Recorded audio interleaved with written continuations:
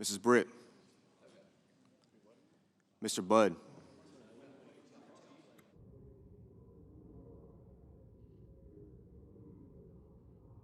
Ms. Cantwell.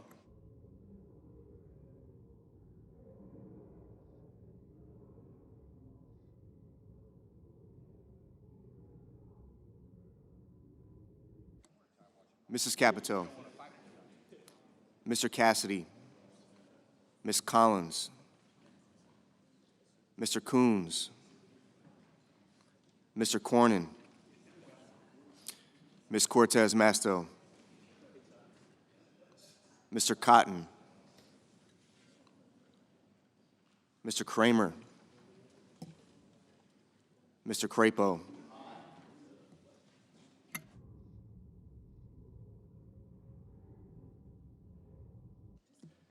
Mr. Cruz.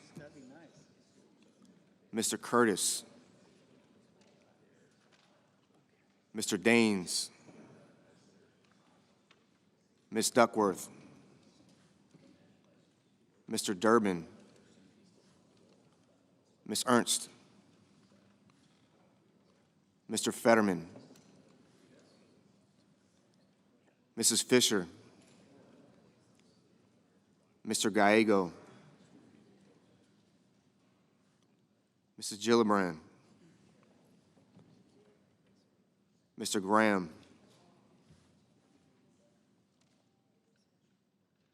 Mr. Grassley. Mr. Haggerty. Ms. Hassan. Mr. Hawley. Mr. Heinrich. Mr. Hickenlooper. Ms. Hirono. Mr. Hoven. Mr. Husted. Mrs. Hyde-Smith.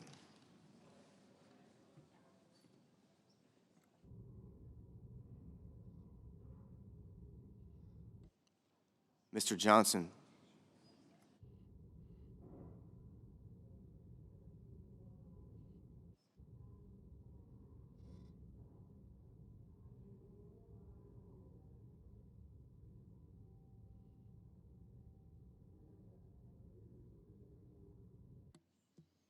Mr. Justice. Mr. Kane. Mr. Kelly. Mr. Kennedy. Mr. Kim. Mr. King. Ms. Klobuchar. Mr. Lankford. Mr. Lee. Mr. Lujan. Ms. Lummis. Mr. Markey. Mr. Marshall. Mr. McConnell. Mr. McCormick.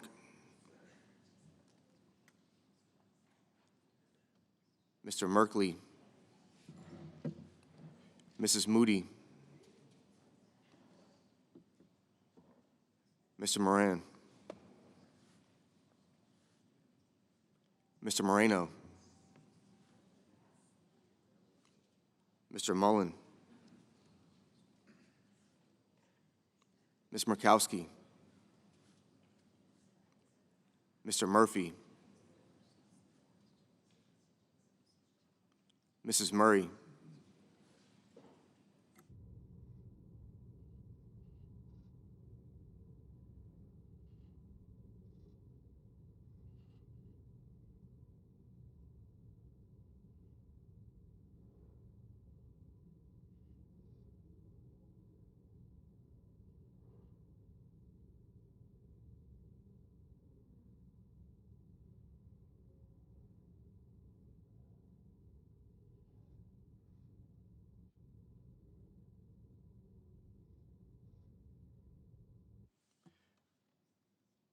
Mr. Ossoff,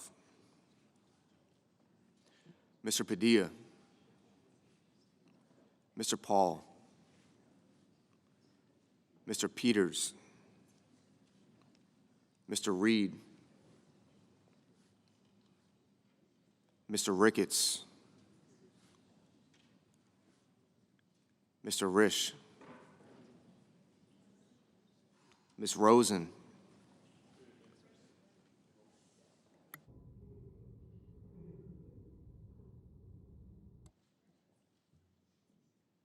Mr. Rounds,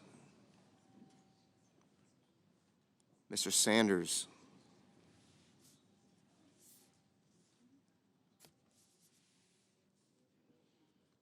Mr. Schatz, Mr. Schiff,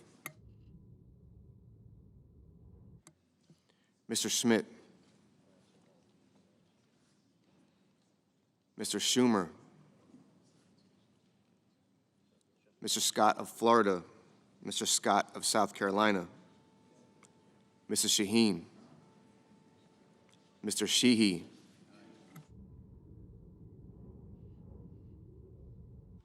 Ms. Slotkin, Ms. Smith, Mr. Sullivan,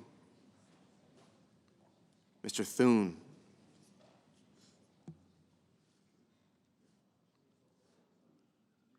Mr. Tillis,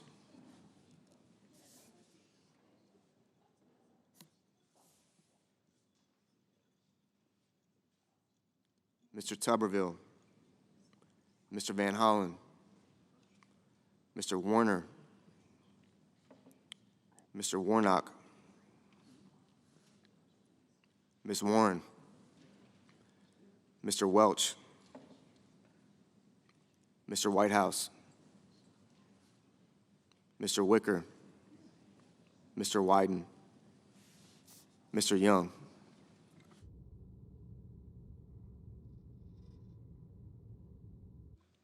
Senators voting in the affirmative: Barrasso, Cotton, Kramer, Crapo, Cruz, Fisher, Justice, Marshall, Moran, Mullen, Rounds, Sheehy, Thune, Tuberville, Wicker. Senators voting in the negative: Blunt, Rochester, Cantwell, Kane, Kelly, Kim, Murray, and Warnock.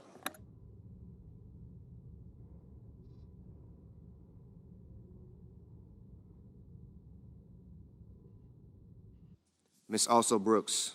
Ms. Also Brooks, no.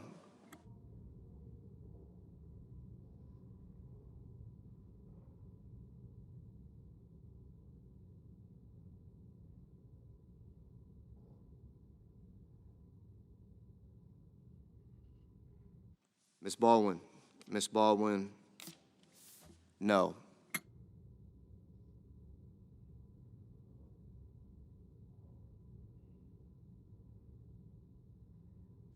Mr. McCormick. Mr. McCormick, aye.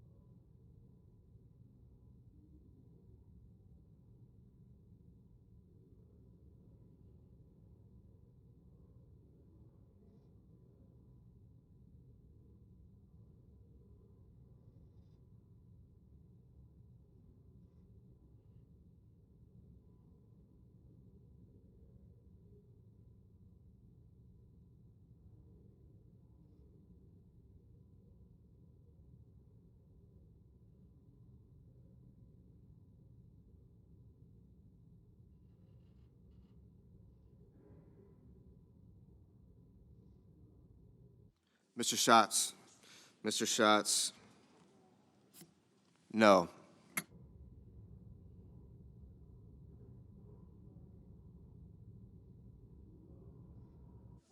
Mr. Daines. Mr. Daines, aye.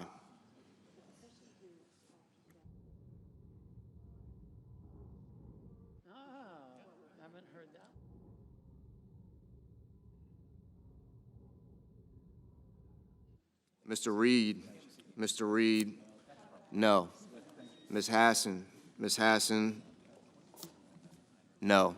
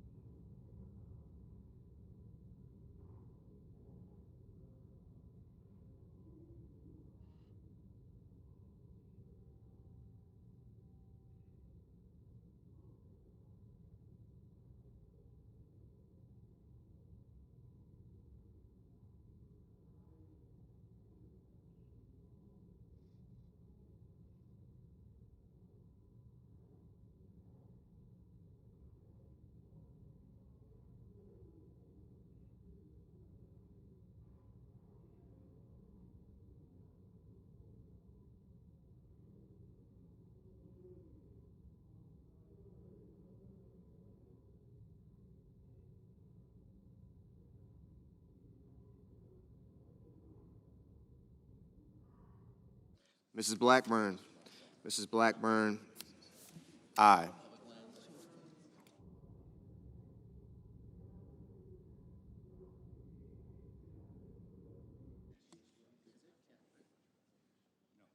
Mr. Lujan, Mr. Lujan, no. Mr. Van Hollen, Mr. Van Hollen, no. Mr. Gallego, Mr. Gallego, no. Mr. Wyden, Mr. Wyden, no.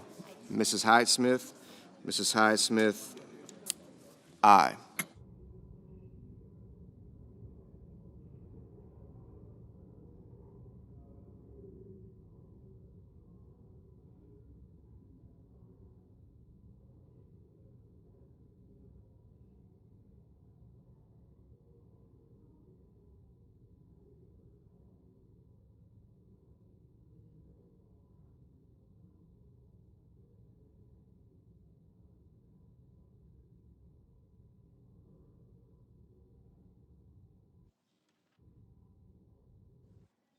Mr. Sanders, Mr. Sanders, no.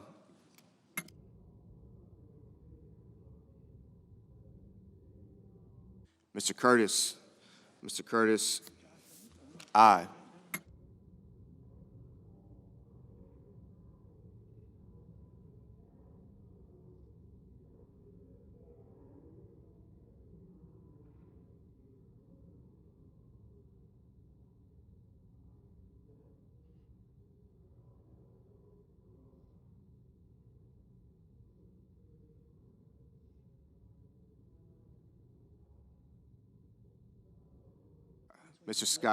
Mr. Scott of Florida, aye.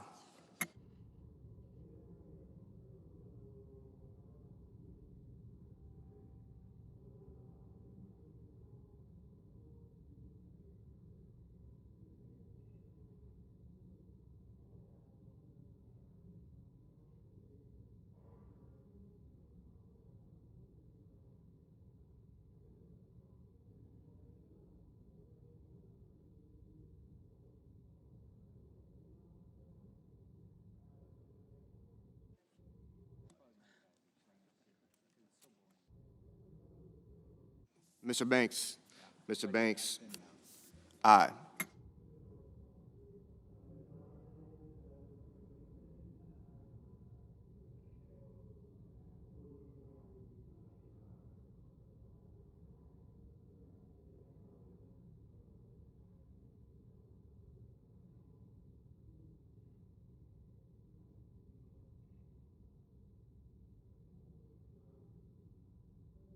Ms. Warren, Ms. Warren,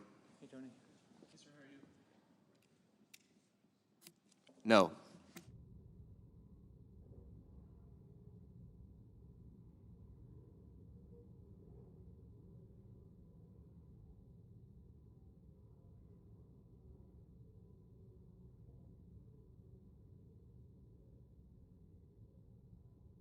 Mr. Haggerty, Mr. Haggerty, aye.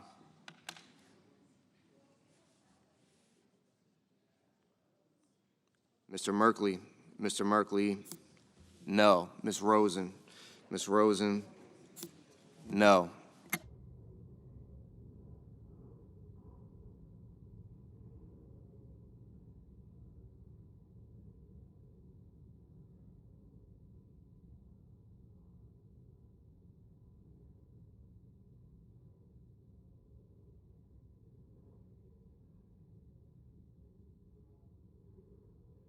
Mr. Bennett. Mr. Bennett, no.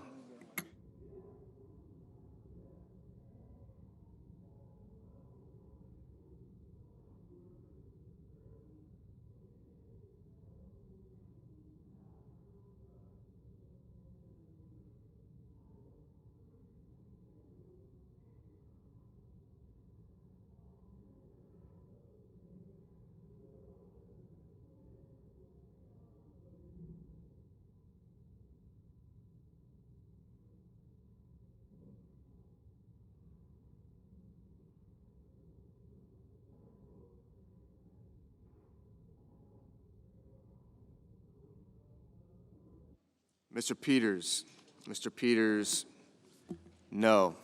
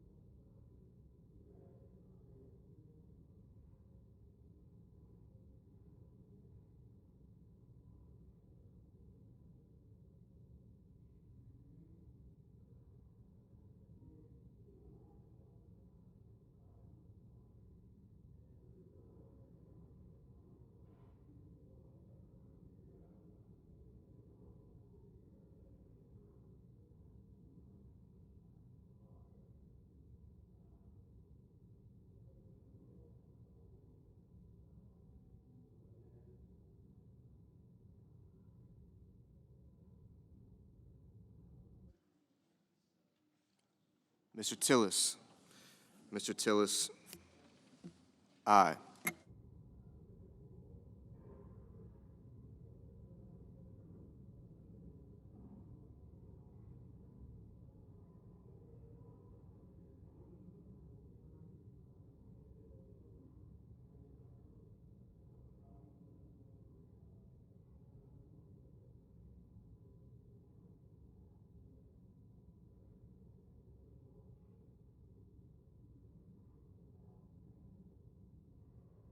Mr. Johnson. Mr. Johnson, aye.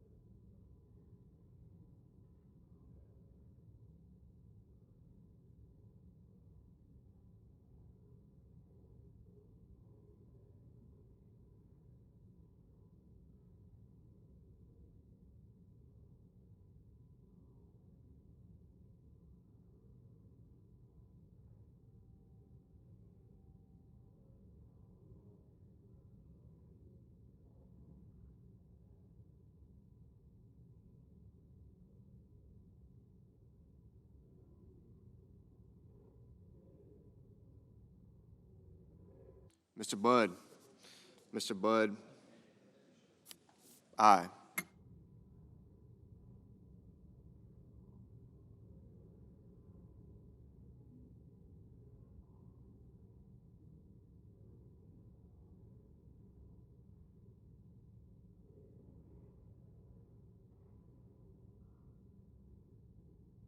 Mr. Lee. Mr. Lee, aye. Mr. Schumer. Mr. Schumer, no. Ms. Slotkin. Ms. Slotkin, no. Ms. Duckworth. Ms. Duckworth, no.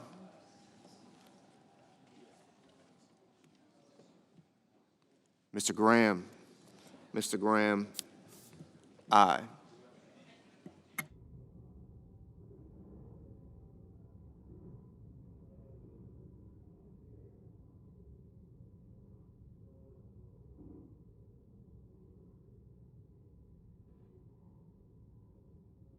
Mr. Young. Mr. Young, aye.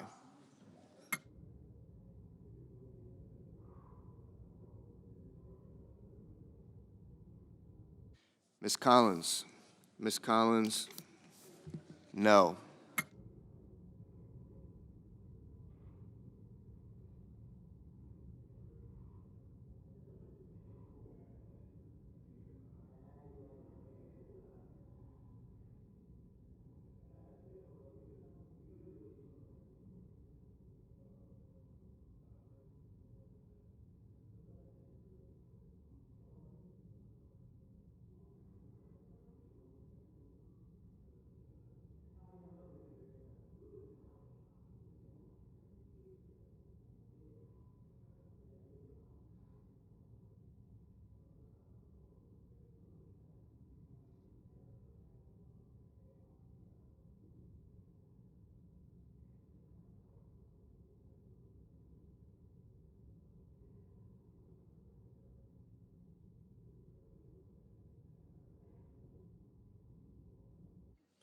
Mr. Risch. Mr. Risch, aye.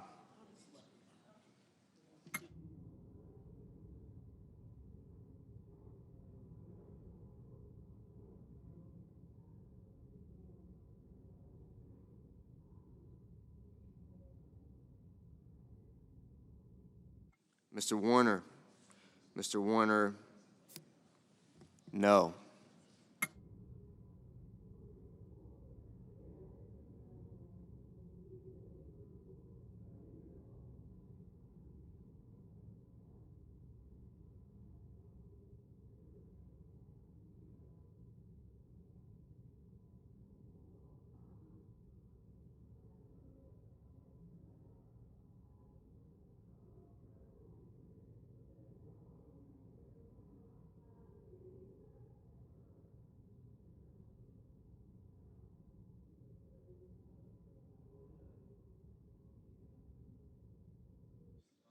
Mr. Markey.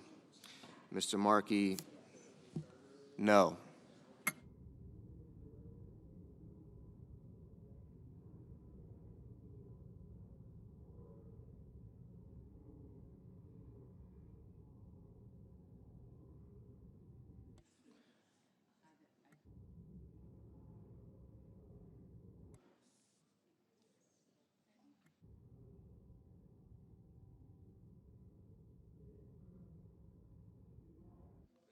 Mr. Whitehouse. Mr. Whitehouse, no. Mrs. Moody. Mrs. Moody, aye. Mr. King.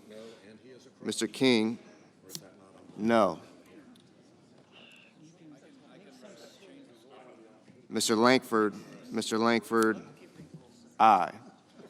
Mr. Heinrich. Mr. Heinrich, no. Mr. Cornyn. Mr. Cornyn, aye. Mrs. Britt. Mrs. Britt, aye. Mrs. Capito. Mrs. Capito, aye.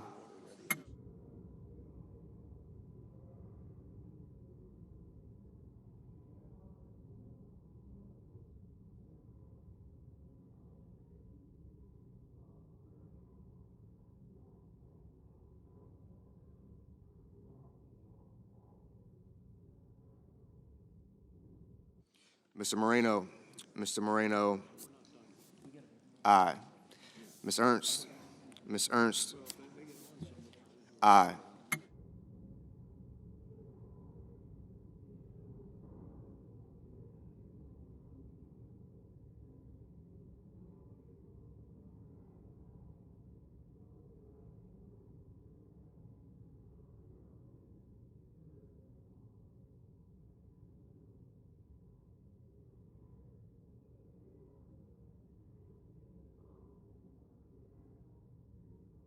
Ms. Smith.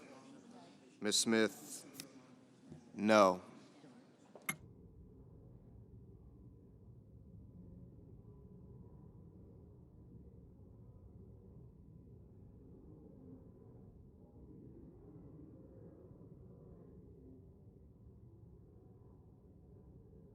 Ms. Cortez Masto. Ms. Cortez Masto, no. Mr. Grassley. Mr. Grassley, aye.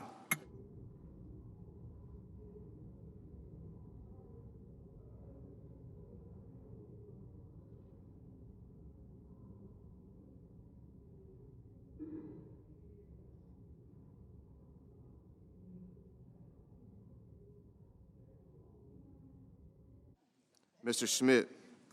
Mr. Schmidt, aye.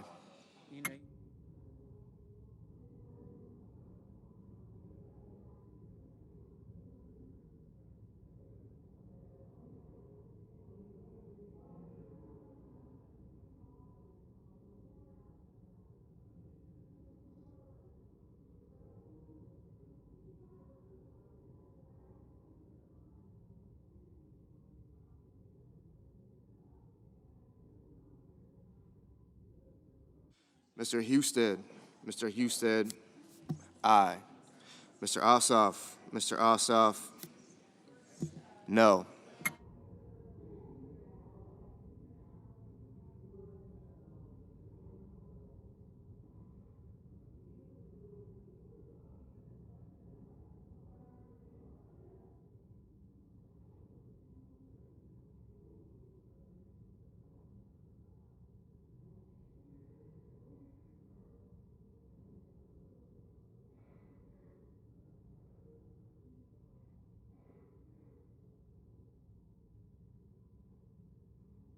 Mr. Scott.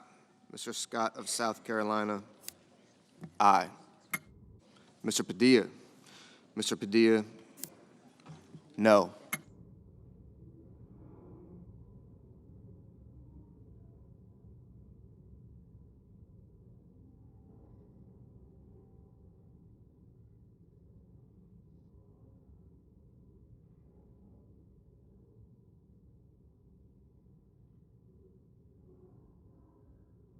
Mr. Schiff.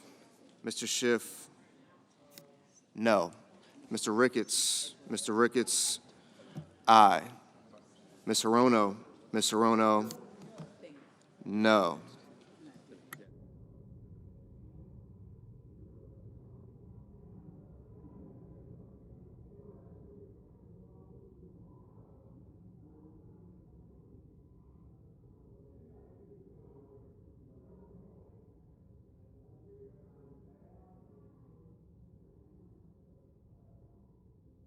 Mrs. Shaheen. Mrs. Shaheen, no.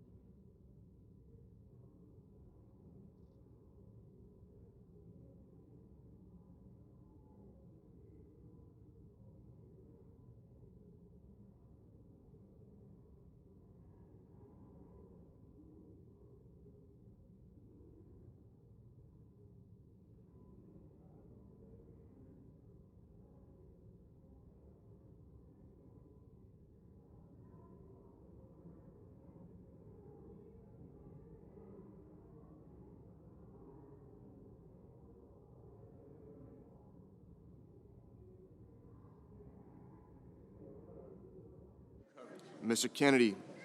Mr. Kennedy, aye. Mr. Coons. Mr. Coons, no. Mr. Murphy. Mr. Murphy, no.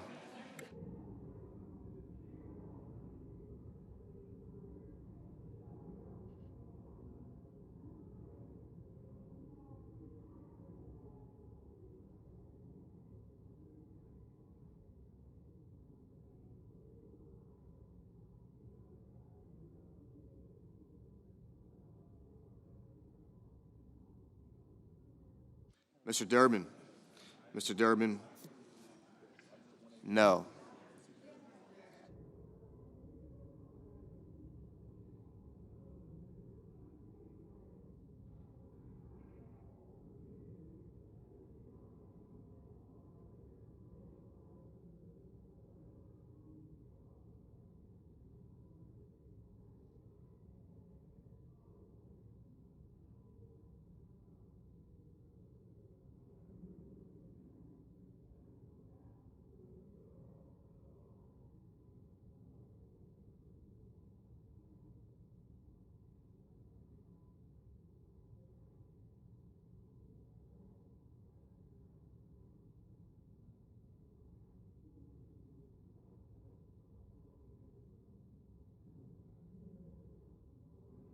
Mr. Sullivan.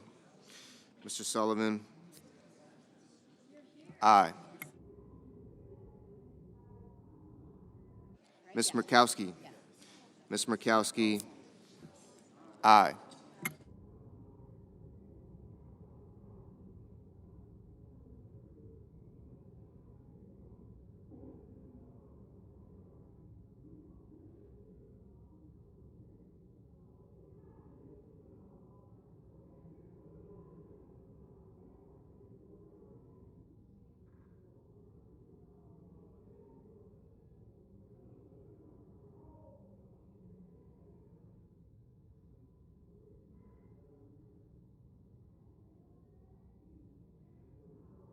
Mr. Welch.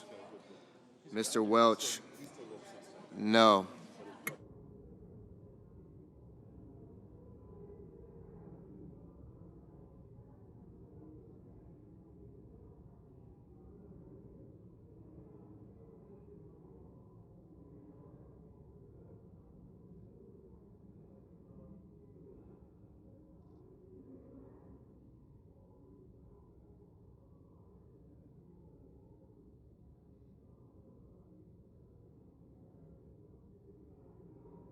Ms. Lummis.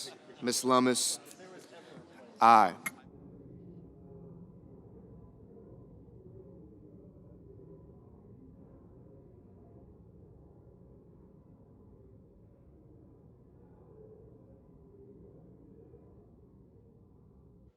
Mr. Cassidy. Mr. Cassidy. Aye. Mr. Hickenlooper. Mr. Hickenlooper. No.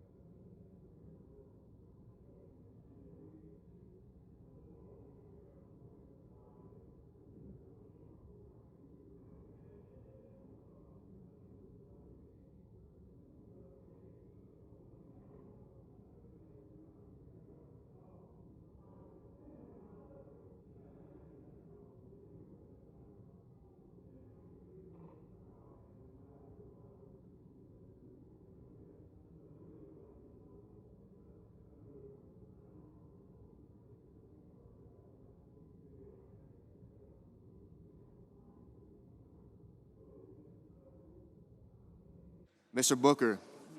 Mr. Booker. No. Mr. Blumenthal. Mr. Blumenthal. No.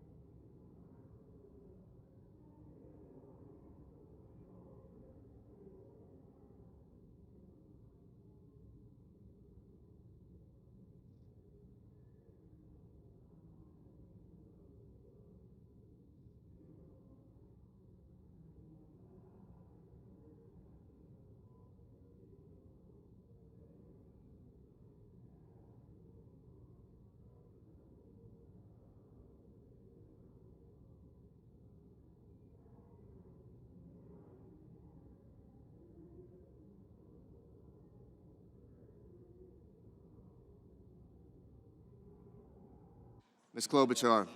Ms. Klobuchar. No.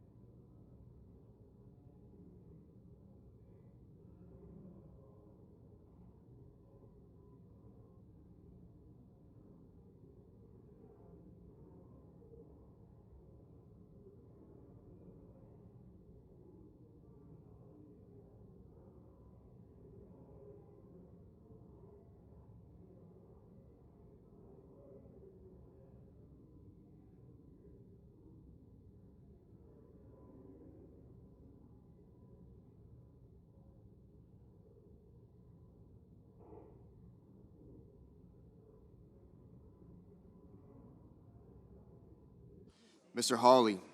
Mr. Hawley, aye.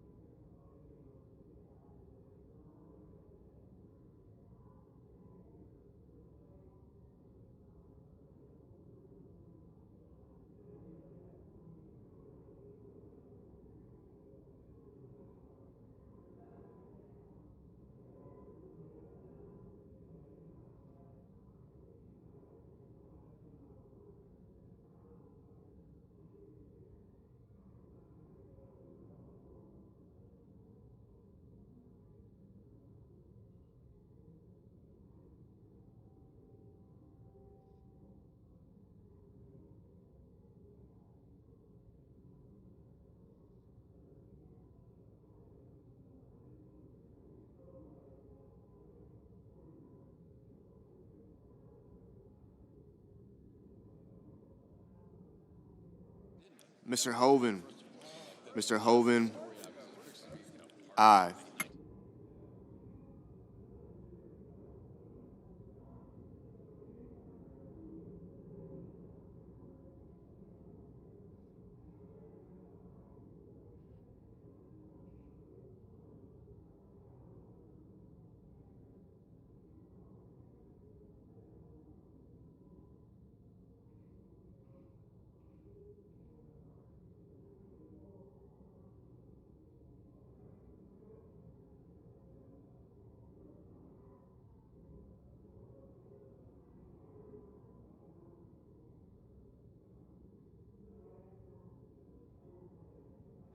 Mr. Paul.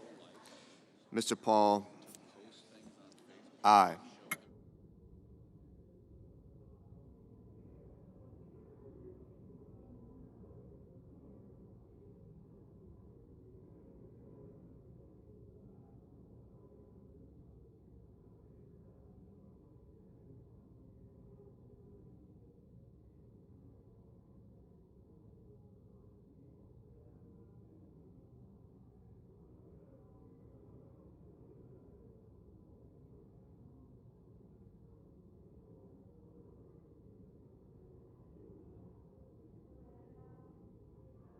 Mrs. Gillibrand. Mrs. Gillibrand, no.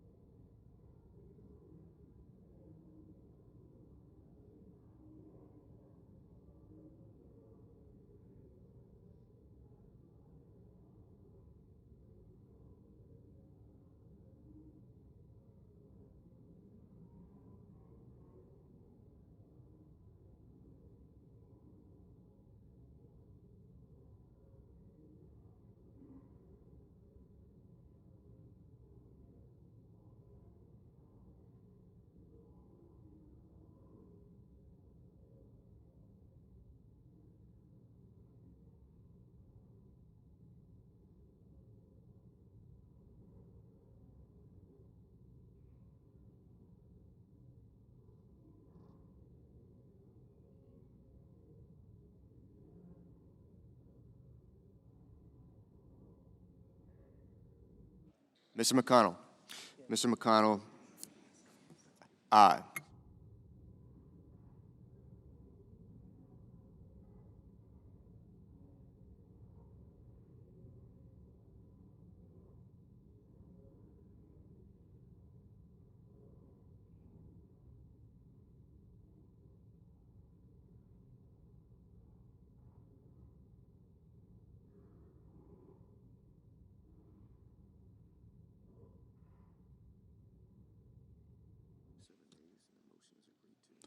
We have 51 yeas, 47 nays. The motion is agreed to. Clerk will report the nomination. Nomination, Department of Justice, Kash Patel of Nevada to be Director of the Federal Bureau of Investigation.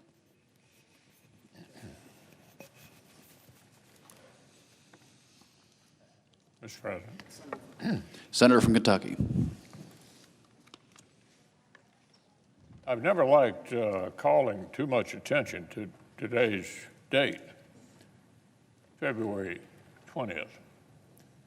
But I figured my birthday would be as good a day as any to share with our colleagues a decision I made last year. During my time in the Senate, I've only really answered to two constituencies: the Republican Conference and the people of Kentucky. Over the years, the first group trusted me to coordinate campaigns, to count votes, to steer committees, to take the majority, and on 9 occasions, to lead our conference. Serving as a Republican leader was a rare and, yes, rather specific childhood dream. And just about a year ago, I thanked my colleagues for their confidence, which allowed me to fulfill it. To the distinguished members of this body, I've had the privilege to lead, and I remain deeply, deeply grateful. Today, however, it's appropriate for me to speak about an even deeper allegiance and even longer-standing gratitude. 7 times, my fellow Kentuckians have sent me to the Senate. Every day in between, I've been humbled by the trust they placed in me to do their business right here. Representing our Commonwealth has been the honor of a lifetime. I will not seek this honor an 8th time. My current term in the Senate will be my last. I've been a student of history my entire life. I can't remember the last time I didn't have a stack of biographies or political memoirs on my nightstand. And I know well how tempting it can be to read history with a sense of determinism, assuming that somehow notorious failures were inevitable, that crowning triumphs were predestined, and in either case, that lives and careers followed orderly paths. This, of course, isn't how things work. And I've never had to look further than my own life to recognize it. I've never lost sight of the fact that without my mother's devoted care, a childhood encounter with polio could have turned out a lot worse. That unless my father had taken a job in the bluegrass state, my interest in politics might have run a course somewhere else. But if it weren't for an 11th hour outside the box idea on the campaign trail, my Senate career would have been over before it began.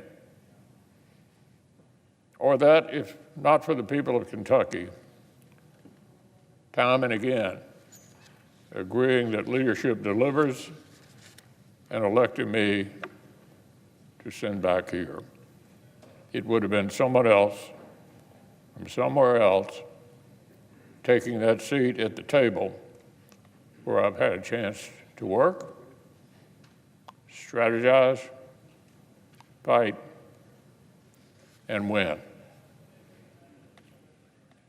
I grew up reading about the greatness of Henry Clay, but there were times when the prospect of etching my name into his desk in this chamber felt like more of a long shot than making it to the major leagues.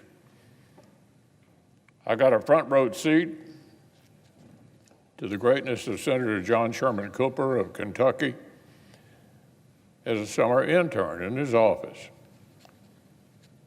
But at so many moments in my early career, the idea of following in his footsteps felt more distant than the moon. So the only appropriate thing to take away today, apart from a healthy dose of pride, is my immense gratitude for the opportunity to take part in the consequential business of the Senate and the nation. Gratitude to the people I represent, Kentucky's families and farmers and miners and service members and small business owners. Gratitude to loyal friends, dedicated volunteers, and talented staff who've helped me serve much better. Gratitude to this institution that has repaid my devotion so generously over the years, and to so many colleagues who've become great friends. Gratitude for my family's support. And in particular, my ultimate teammate and confidant of the last 32 years.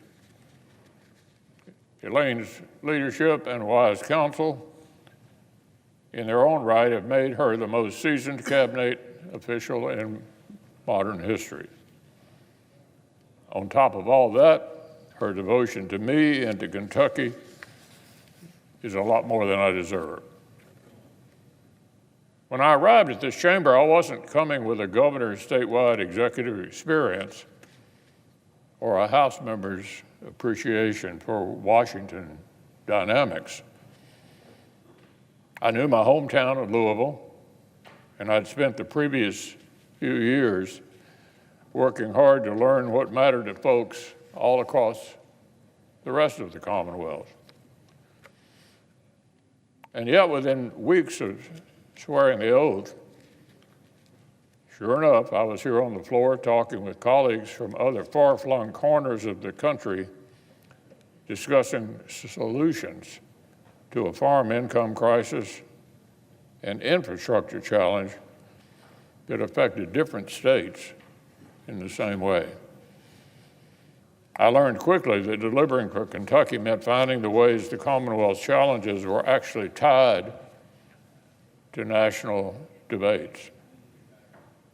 Seeing to it that major agriculture legislation remembered Kentucky farmers and particularly included when they needed extraordinary assistance, like the tobacco buyout. Making sure that nationwide steps on transportation infrastructure included resources for modernizing the Brent Spence Bridge, which supports billions of dollars in economic activity in Kentucky and the surrounding region. And with the trust of a local community, finishing the task first assigned by President Reagan, the safe destruction of America's legacy chemical weapons at the Bluegrass Army Depot. So efforts like these have spanned the length of my Senate career. And I've been humbled each and every opportunity to help Kentucky punch above its weight. Of course, the Senate has to grapple with foundational questions that reach even more broadly across American life and either further into posterity. We're trusted on behalf of the American people to participate in the appointment of the federal judiciary, to be the final check on the assembly of power in the courts beyond the reach of representative politics, and to ensure that the men and women who preside over them profess authentic devotion to the rule of law above all else. When members of this body ignore, discount, or pervert this fundamental duty, they do so not just at the peril of the Senate, but of the whole nation. The weight of our power to advise and consent has never been lost on me, and I've been honored to perform my role in confirming judges who understand their role. On this floor, there is no place to hide from the obligations of Article 1, the Senate's unique relationship with Article 3, or our role in equipping the powers of Article 2. Here, every debate over agriculture or infrastructure or education or taxes is downstream of the obligations of national security. Every question of policy here at home is contingent on our duty to provide for the common defense. One of the first times I spoke at length on this floor as a freshman, I was compelled to join the debate over strengthening the deterrence of America's nuclear triad. Whether to expand the U.S. military's hard target nuclear capability was an interesting question to pose to someone whose most recent job had been running a county government. But there, of course, was the founder's brilliance at work. The hopes and dreams of every American are tied up in our ability to protect and defend the nation and its interests. Every family traveling abroad and every worker and small business owner whose livelihood depends on foreign trade, they depend in turn on the credibility of America's commitments to friends and the strength of her threats to enemies. In turn, the safety and success of the men and women who volunteer to serve this great nation in uniform depend on the work we do here to ensure that enemies think twice before challenging them, and those enemies never face a fair fight. Thanks to Ronald Reagan's determination, the work of strengthening America's hard power was well underway when I arrived in the Senate. But since then, we've allowed that power to atrophy.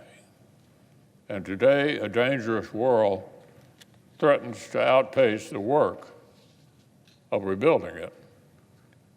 So lest any of our colleagues still doubt my intentions for the remainder of my term, I have some unfinished business to attend to.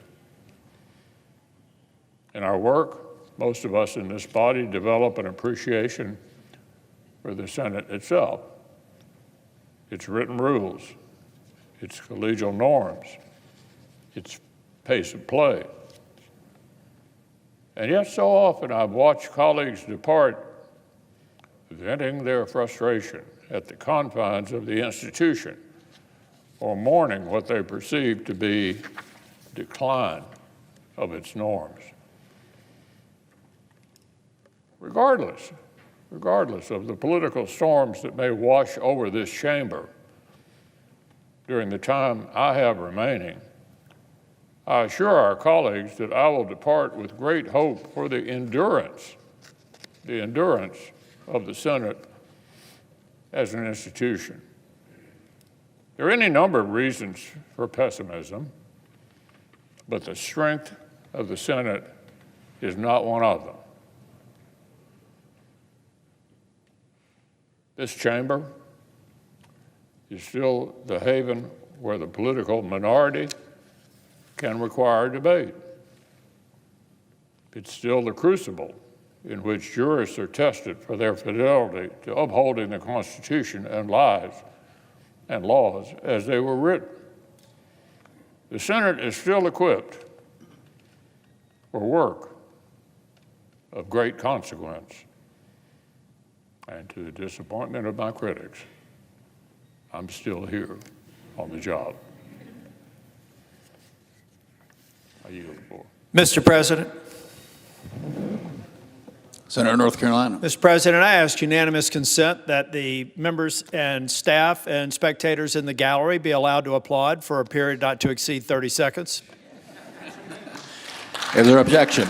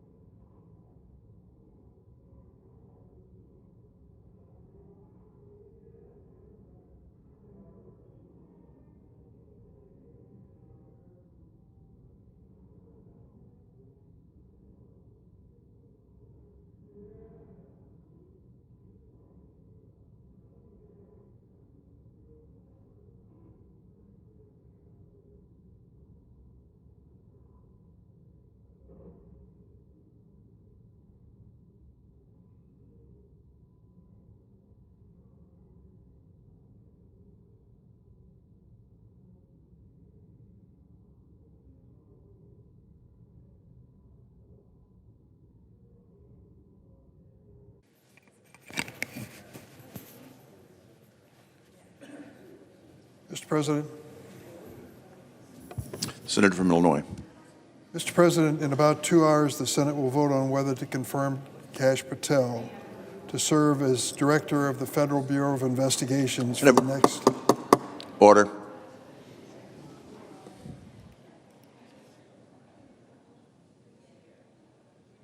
To serve as Director of the Federal Bureau of Investigations for the next 10 years.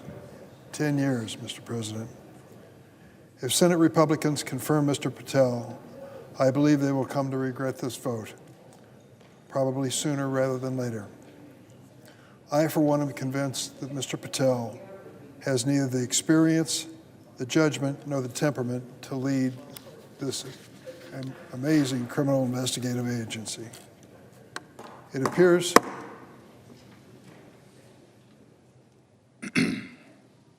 appears my Senate Republican colleagues are ignoring the many red flags in Mr. Patel's record, probably because they fear retribution from the President and Mr. Musk. Let me be clear. This is not a partisan issue.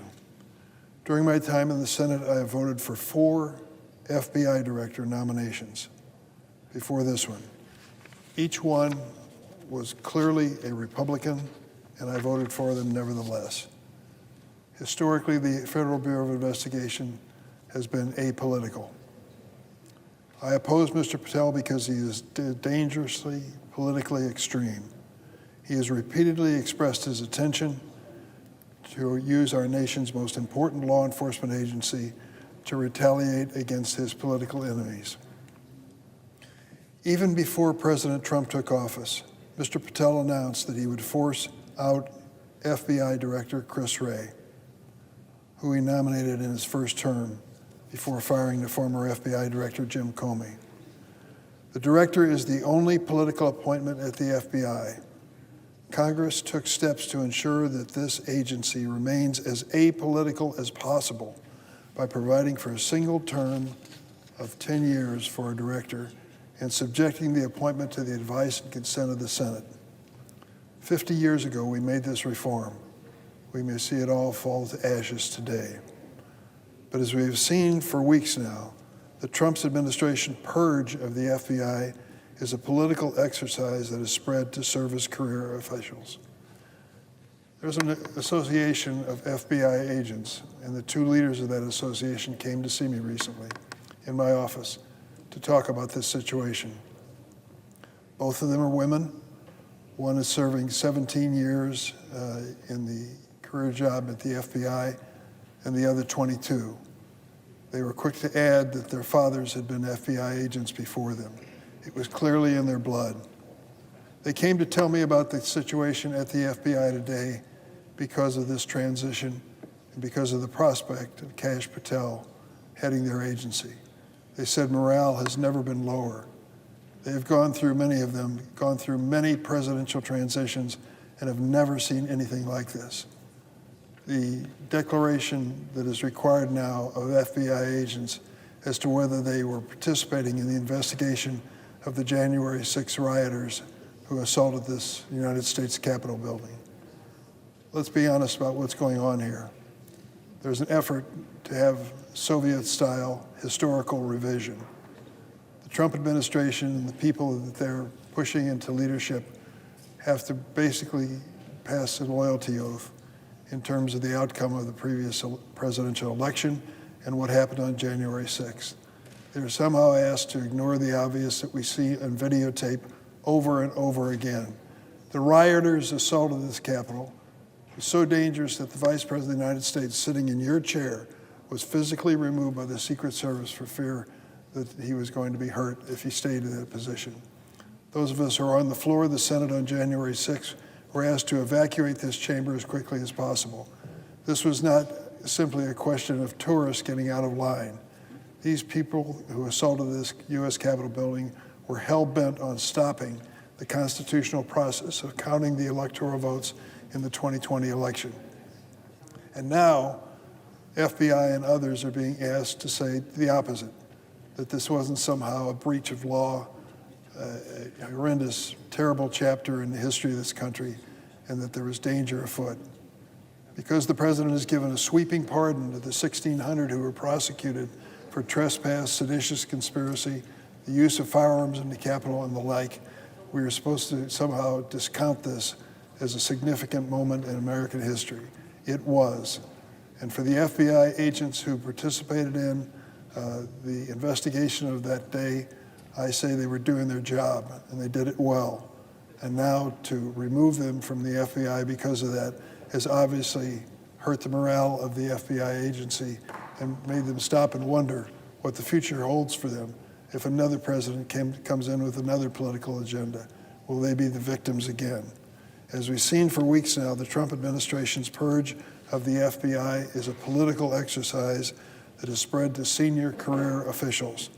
In the FBI long history, this has never happened before. This purge has dramatically weakened the FBI's ability to combat national security threats and it has made America less safe. Senior leaders with collectively hundreds of years of experience have been forced out, creating a leadership vacuum. Thousands of line agents fear losing their jobs simply because they were assigned to work on cases involving the January 6th attack or President Trump. I have heard directly from FBI agents who now fear for their safety and the safety of their families. To understand why, let me tell you about a January 6th rioter named Edward Kelly. Mr. Kelly was convicted of assaulting law enforcement during the attack on the U.S. Capitol. We saw it, didn't we? In terms of videotapes that show our law enforcement agents trying to stand their ground in this Capitol building, being beaten back and assaulted by these mobs. Mr. Kelly was convicted of assaulting law enforcement, and he was given a full and unconditional pardon by Donald Trump. But Mr. Kelly has also been convicted in his home state of Tennessee of conspiracy to murder the FBI agents who investigated his role in the January 6th attack. Understand this. Now he is arguing that President Trump's blanket pardon of Mr. Kelly should cover his attempt to kill FBI agents. When asked about the possible firings of career FBI officials at his confirmation hearing, Mr. Patel, under oath, and I quote, said, "I don't know what's going on right now at the FBI." Mr. President, that's not true. Thanks to multiple brave whistleblowers, we now know that Mr. Patel likely committed perjury in making that statement. Even before being confirmed as an FBI director, Mr. Patel is already directing the ongoing purge of honorable career public servants. Despite his status as a private citizen, he has no right to be part of this awful process. I urge my Republican colleagues, seriously, consider these credible whistleblower allegations before you vote on Mr. Patel's nomination. Mr. Patel's claim about an FBI purge were not his only misleading statements under oath. At his hearing, Mr. Patel implausibly told me he could not recall Stu Peters, a man who's been identified as an anti-Semitic Holocaust denier. I asked him repeatedly, what about Stu Peters? Don't know the man, don't recognize the name. This is simply not true. Considering that Mr. Patel appeared on Mr. Peters' podcast 8 times, Mr. President, 8 times, and he couldn't recall the man's name. And Mr. Peters has since revealed that he and Mr. Patel directly communicate via their personal cell phones, quote, constantly. Constantly was the word he used. As far as Patel was concerned, under oath, never heard of the man. Why in the world would he do that? Why would Mr. Patel admit the obvious? 8 podcasts and constant communication with this man? And an even larger question, what is he doing as a man who wants to direct the FBI in concert with anti-Semitic Holocaust denier Stu Peters?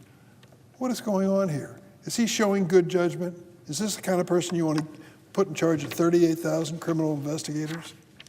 Mr. Patel also claimed, quote, he didn't have anything to do with the recording of the so-called January 6th prison choir, which included at least 6 rioters who violently assaulted police officers.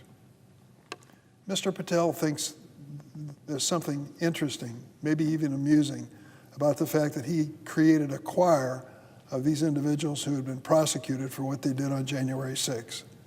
Here's what Mr. Patel said to Steve Bannon after he denied knowing anything about this recording before the Judiciary Committee recently. He said to Steve Bannon, quote, "We got this idea to record the January 6 prisoners who recite the national anthem every night from the DC prison. Then we took that to the studio, so we mastered and digitized that. So on Steve Bannon's show, he is the mastermind behind this recording of these prisoners saying something about the national anthem every night.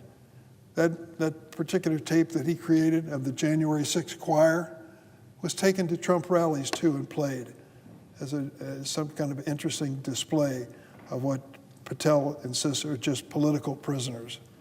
One of Mr. Patel's choir boys, Julian Khater, Khater, he was convicted of assaulting Capitol Police officers with pepper spray. One of those officers was Capitol Police Officer Brian Sicknick. Brian Sicknick suffered multiple strokes and died the day after the attack. Mr. Khater was one of the people who assaulted him. Mr. Patel has called these violent January 6 rioters, and I quote, political prisoners. That includes Guy Reffitt. Guy Reffitt was sentenced to 87 months in prison for his role in the January 6th assault. 87 months. Mr. Reffitt brought a gun to the Capitol on January 6th and recorded himself saying the following, which I'll paraphrase because I don't want to use profanity on the floor of the Senate. Quote, "We're all going to drag them out kicking and screaming. I just want to see Pelosi's head hit every effing stair on the way out, and Mitch McConnell too. F them all." Mr. Reffitt's 19-year-old son, Jackson, turned him into law enforcement after the attack, despite Reffitt's threats to shoot Jackson and his sister. Here's what Reffitt said to his own children, quote, "If you turn me in, you're a traitor. And you know what happens to traitors. Traitors get shot." Mr. Reffitt received a full and unconditional pardon from President Trump. Guess where he was on January 30th this year? Back at the Capitol complex at Mr. Patel's confirmation hearing. Here's what Mr. Reffitt posted on social media from the hearing room, quote, "Present and in support of Kash Patel, as the leftist commies continue to spew lies, misinformation, and disinformation, my man is clean house Kash," quote unquote. Stu Peters, constant communication, Holocaust denier. This gentleman, he's become a hero too for his appearance before the committee, and we're all commies for questioning Kash Patel's politics and what it's led to. These are Mr. Patel's allies: Stu Peters, Julian Khater, Guy Reffitt. On the other hand, consider who is warning us about Mr. Patel. Former Trump officials who know him, like Attorney General Bill Barr, CIA Director Haspel, Defense Secretary Mark Esper, and National Security Advisor John Bolton. All of these were Republican appointees who worked with Patel, who know him well, and warn us not to do this. Don't give this responsibility to this man. All Republican appointees. Mr. Patel has left a long trail of grievances, lashing out at anyone who is not completely aligned with him. He calls Democrats, quote, "vindictive, evil, and vicious," and repeatedly attacks Republican senators who don't toe the MAGA line. I've read Mr. Patel's book, Government Gangsters. It includes an enemies list at the end of the book, 60 names, members of the deep state in the word of Kash Patel, which includes distinguished public servants from both political parties. What do they all have in common, the 60 people on his hit list? From Attorney General Bill Barr and Merrick Garland to former FBI directors Bob Mueller and Chris Wray, they've all had the misfortune of crossing paths with the vindictive Kash Patel. Mr. Patel claims he respects law enforcement, but his words and actions demonstrate his disdain for the FBI. He has said on day one he plans to, quote, shut down the FBI headquarters, and he's falsely claimed that the FBI, quote, was planning the January 6th event for a year beforehand. There is no truth to that statement, Mr. President, and he is casting aspersions on the FBI that are undeserved. Mr. Patel's record demonstrates that he's dangerous, inexperienced, and dishonest. He should not and cannot serve as an effective FBI director. Mr. Patel has been crystal clear that he plans on using the FBI's vast surveillance and investigative authority to, quote, come after, close quote, the president's enemies. It is shocking that my Republican colleagues are willing to support him, despite the serious threat he poses to our national security. And I'm sorry to say I believe they will quickly come to regret this vote. When I think of giving this man a 10-year tenure as director of the leading criminal investigative agency in the world, I cannot imagine a worse choice. You want the person who has that job and that power to destroy people simply by investigation, to show some temperament and some judgment. Kash Patel shows just the opposite. He is neither qualified nor prepared to assume this responsibility. I will be voting no and plead with my Republican colleagues. Please think twice before creating this situation and making it even worse. I yield the floor.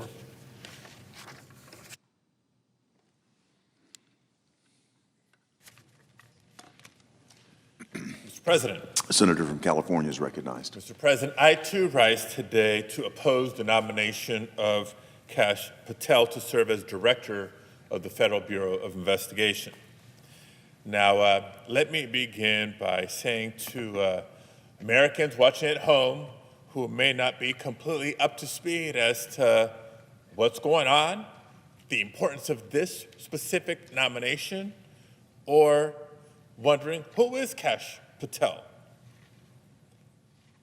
We might have been distracted these last few weeks by a rush of headlines coming out of the White House, maybe preoccupied with the cost of groceries that are rising by the week.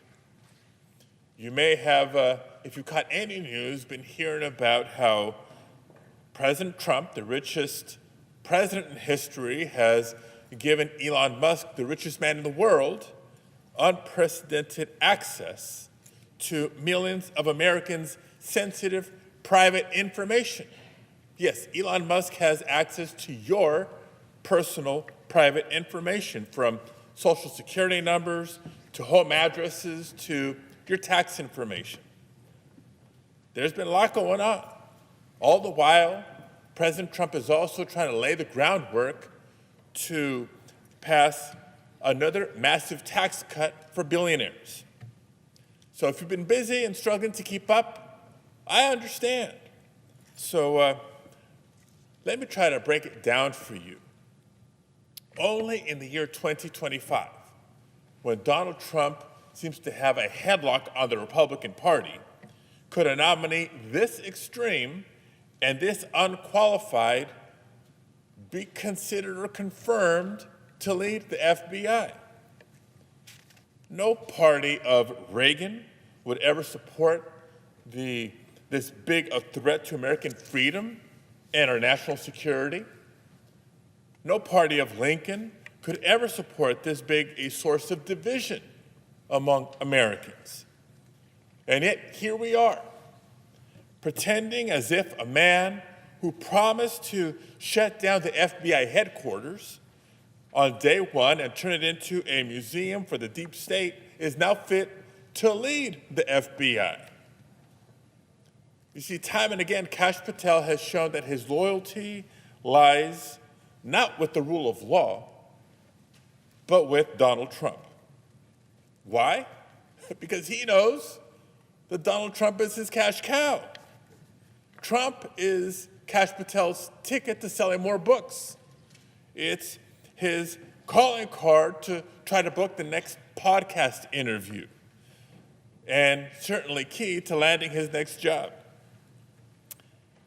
Frankly, it's a pattern we've seen from all too many of the nominees that Donald Trump has picked for his second administration. These are people whose sole qualification is allegiance to Trump. This should disqualify any nominee, but it's particularly concerning for a nominee slated to lead the nation's premier law enforcement agency. When it comes to protecting the security of our nation, there is no room between patriotism and patronage.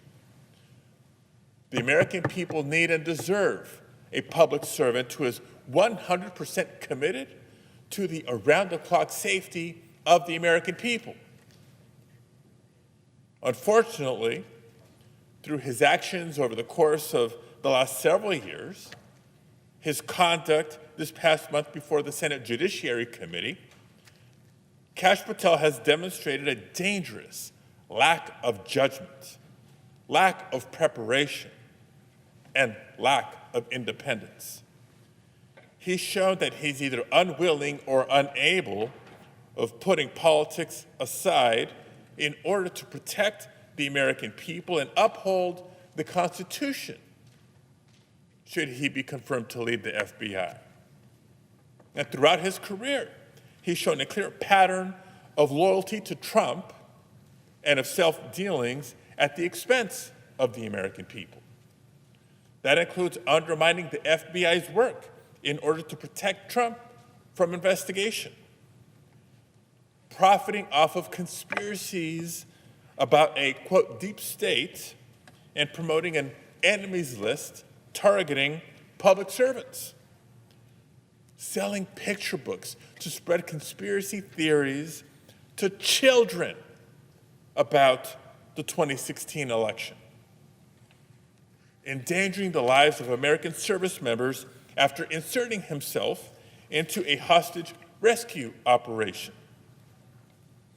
refusing to commit in his confirmation hearing to enforcing existing gun laws that protect lives and have saved lives, holding millions of dollars in unvested stock in a foreign company tied to forced and child labor, even producing a song and financially supporting the families of insurrectionists who violently beat Capitol Police officers on January 6th. And now it appears that this list includes potentially having lied under oath in his confirmation hearing about the role he played in firing career FBI employees based on their perceived loyalties. After we heard him swear in committee that he played no role in the firings, whistleblowers are coming forward to tell us otherwise. At the very least, this charge is so serious that it warrants further investigation. Colleagues, stretching the truth or potentially outright lying may score on points with President Trump, but as director of the FBI, it will only put American lives at risk. Think about it. To all the Americans who might be watching from home, you wouldn't put an arsonist in charge of a fire department, would you? But with Kash Patel atop the FBI, that's exactly what we'd get. Career law enforcement will continue to be purged. The FBI will be weaponized for political gain, and our communities will be less safe. I want to make one final point to our Republican colleagues. Throughout this body's history, the Senate has had not just the opportunity, but the responsibility to serve as a check on executive overreach.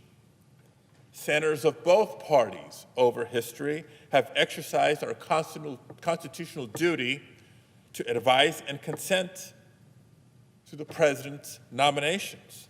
And in the past, the Senate has rejected extreme nominations. To stay quiet when a nominee so obviously unfit comes before us, that sets a dangerous precedent.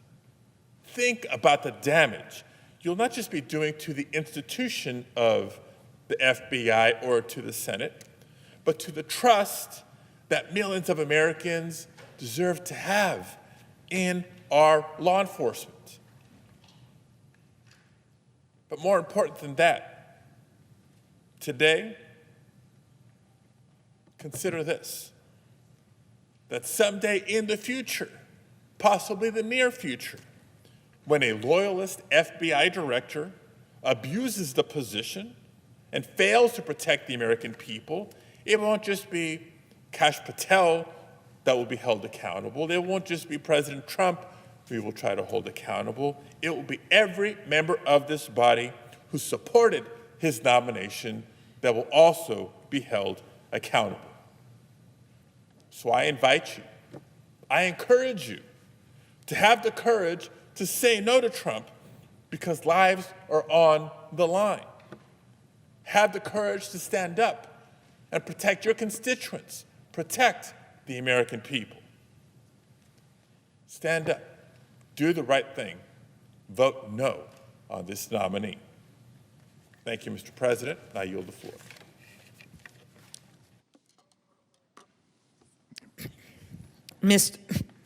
Mr. President. The senator from Minnesota is recognized. Mr. President, I rise to strongly oppose the confirmation of Kash Patel to serve as the next director of the FBI. The FBI director leads our nation's most important law enforcement agency.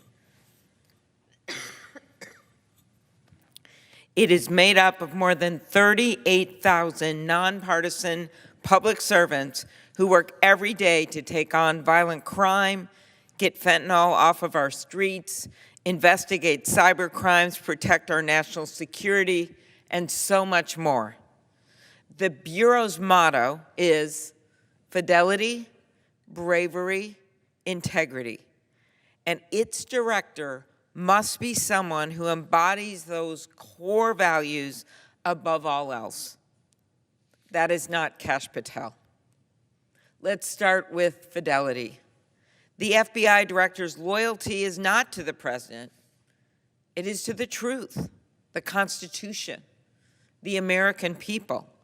But Mr. Patel has made it clear that his only loyalty is to the president. Mr. Patel has threatened to come after the president's critics.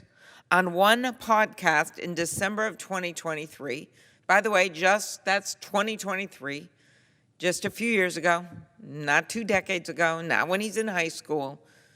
In 2023, he said, and I quote, "We're going to come after you, whether it's criminally or civilly. We'll figure that out. But yeah, we're putting you on notice." And on another podcast last August, he said, "When Trump wins in 2024 and is in power in 2025, we can prosecute them," referring to Justice Department officials. That was just last August. At his hearing before the Judiciary Committee, we gave Mr. Patel numerous opportunities to explain, to walk back his threats. He chose not to, nor did he try to explain his so-called deep state list of former government officials, including many Republicans who served under the president's first term.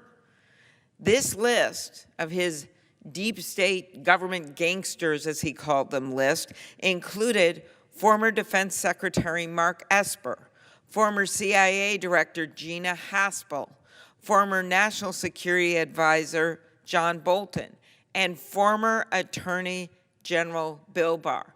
Bill Barr, who had received so many compliments from people in this body, from so many Republicans, including the chair of the Judiciary Committee. I remind our colleagues on the other side of the aisle that Bill Barr wrote that putting Patel in charge of the FBI, promoting him in any way, would only happen, quote, over his dead body, end quote. Gina Haspel threatened to resign to stop Patel from becoming her deputy, and John Bolton said that Patel demonstrated no policy aptitude at all. Mr. President, these are staunch, lifelong Republicans.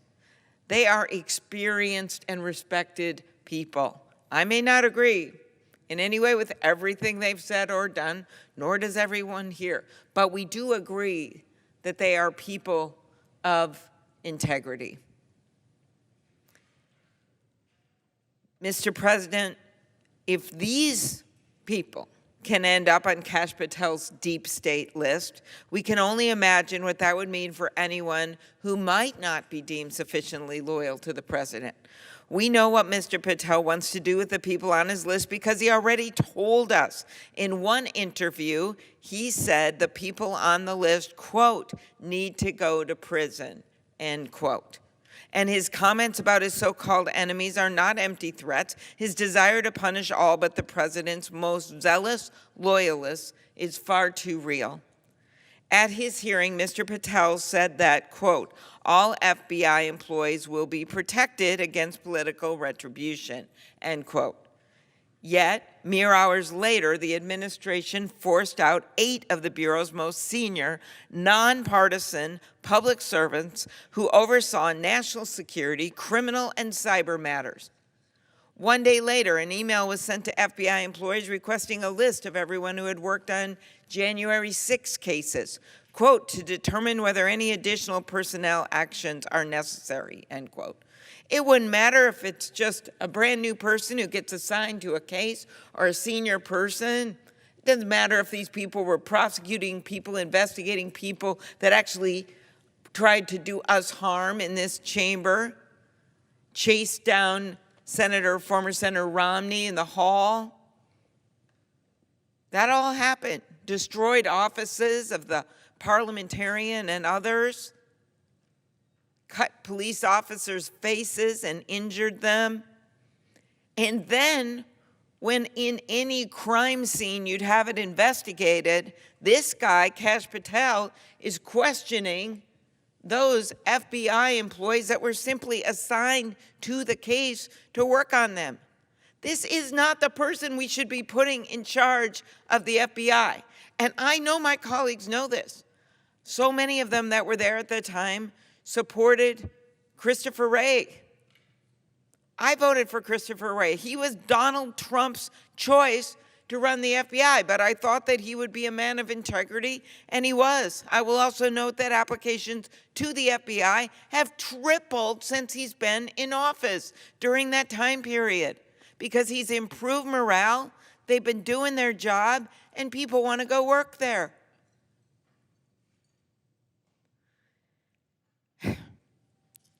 Mr. Patel's supposed enemies are not only government officials he disagrees with. He has threatened the press as well. No one agrees with every story the press writes. I certainly don't. And I'm sure many of my colleagues have read stories about them that they don't like. But we believe in this country in the First Amendment. Mr. Patel, however, has referred to the media as, again, a recent quote, the most powerful enemy the United States has ever seen, end quote. He said that not even on a podcast. He said that in a speech. Think about that. The media is the most powerful enemy the United States has ever seen, in the words of Kash Patel, nominated to be the director of the FBI, to oversee tens of thousands of agents across the country. Not China, not Russia, not Iran, not terrorists, but the press. And Mr. Patel has already publicly threatened journalists, saying, we're going to come after the people in the media. We're going to come after you, whether it's criminally or civilly. We'll figure it out. But yeah, we're putting you all on notice, end quote. This isn't someone who has any business running the world's premier law enforcement agency. This isn't someone who we can trust to be faithful to our Constitution.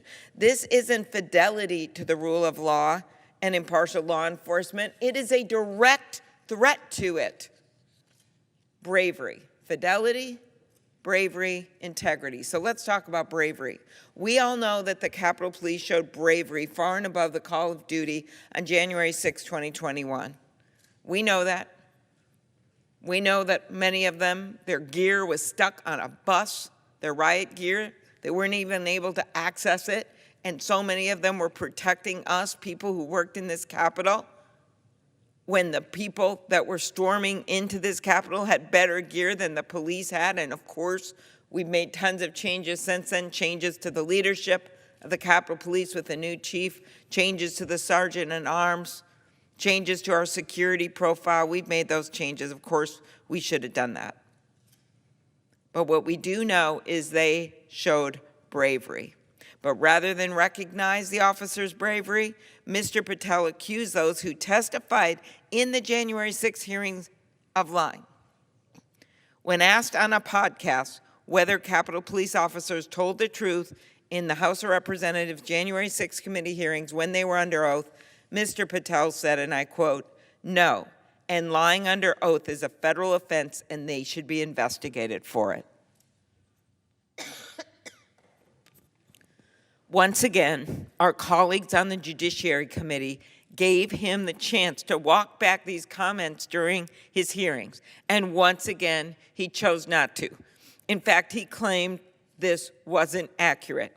It was exactly what he said. We have the evidence. We have the facts. We have the proof. Right there, his words.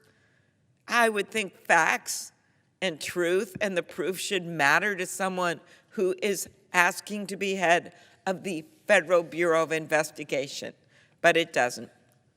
Literally, this is on YouTube. Anyone listening today could look it up. The men and women of the Capitol Police aren't criminals. They're heroes.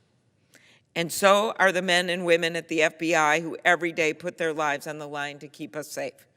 But Kash Patel disagrees.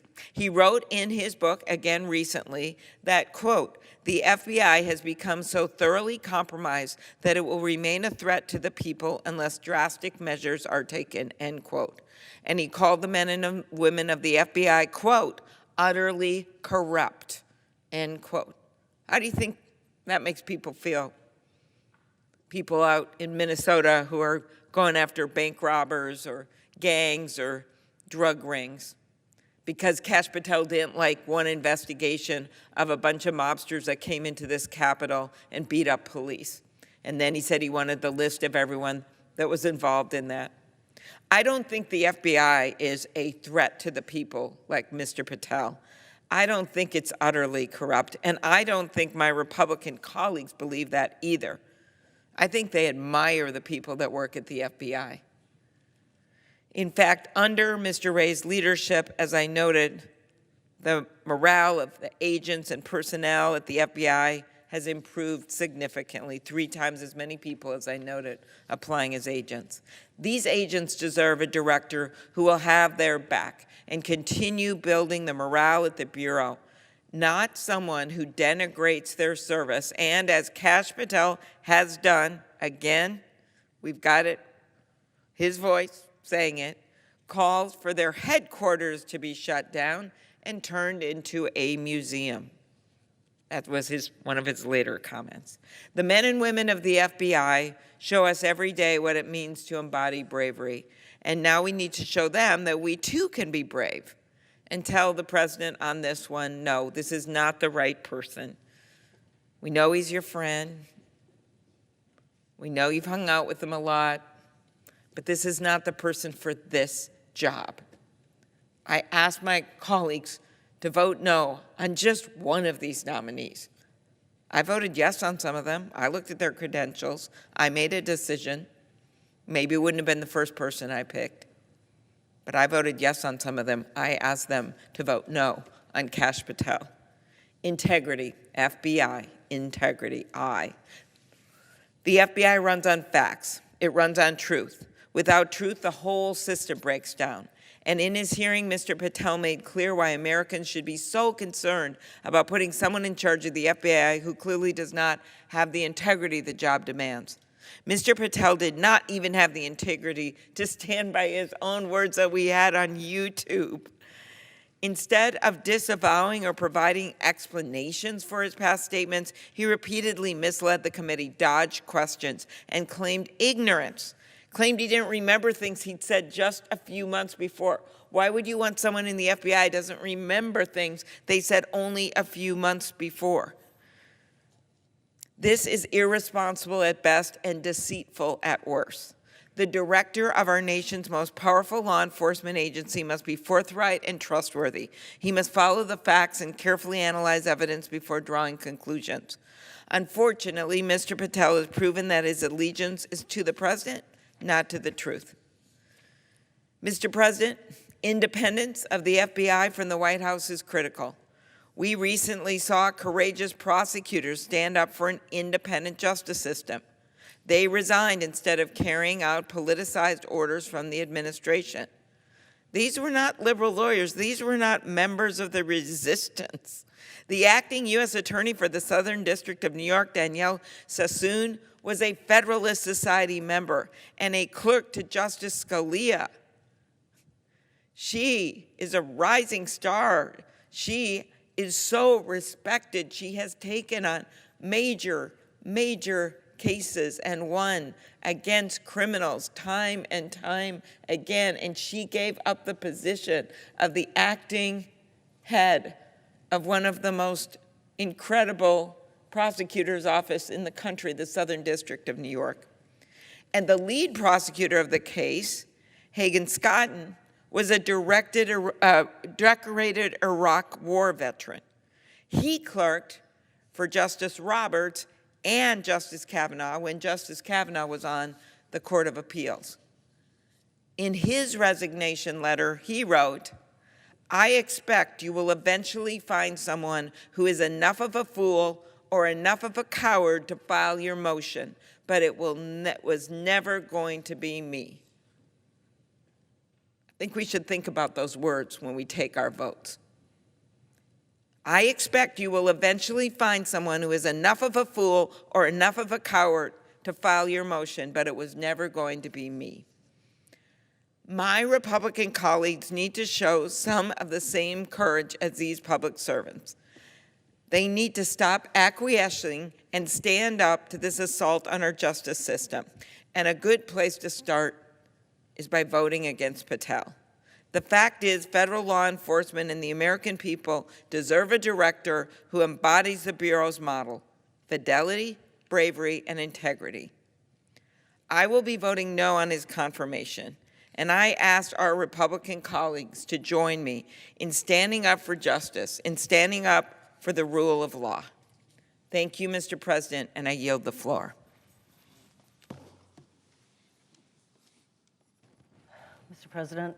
The senator from Hawaii is recognized. Mr. President, as the leading law enforcement agency in our country, the FBI does critical work every single day to keep our nation, to keep us safe.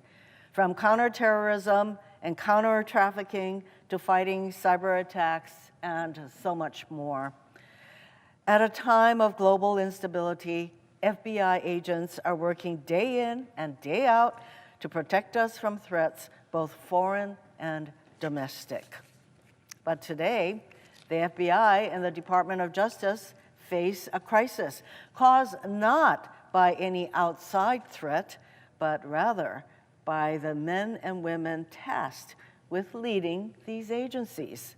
Instead of focusing on potential attacks, hacks, or violent criminal enterprises, we have a DOJ and FBI that have been turned inward on themselves.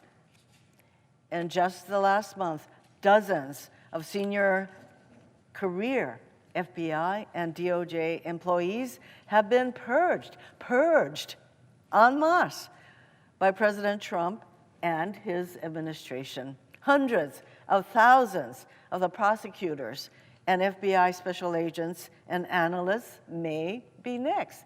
In fact, I shouldn't use the word may, will be next. Purging hardworking and dedicated civil servants does nothing to make us safe. In fact, it does just the opposite.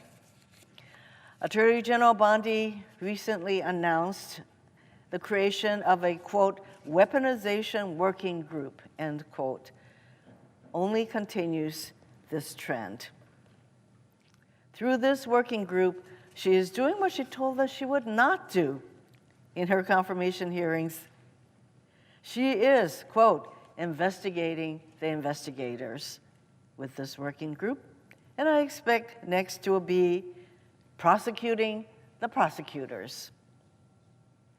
I fear what a DOJ and FBI focused inward on themselves mean for the safety and security of our nation, which brings me to Kash Patel, President Trump's nominee to lead the FBI. For many reasons, Mr. Patel is not the man to answer the many challenges of the moment.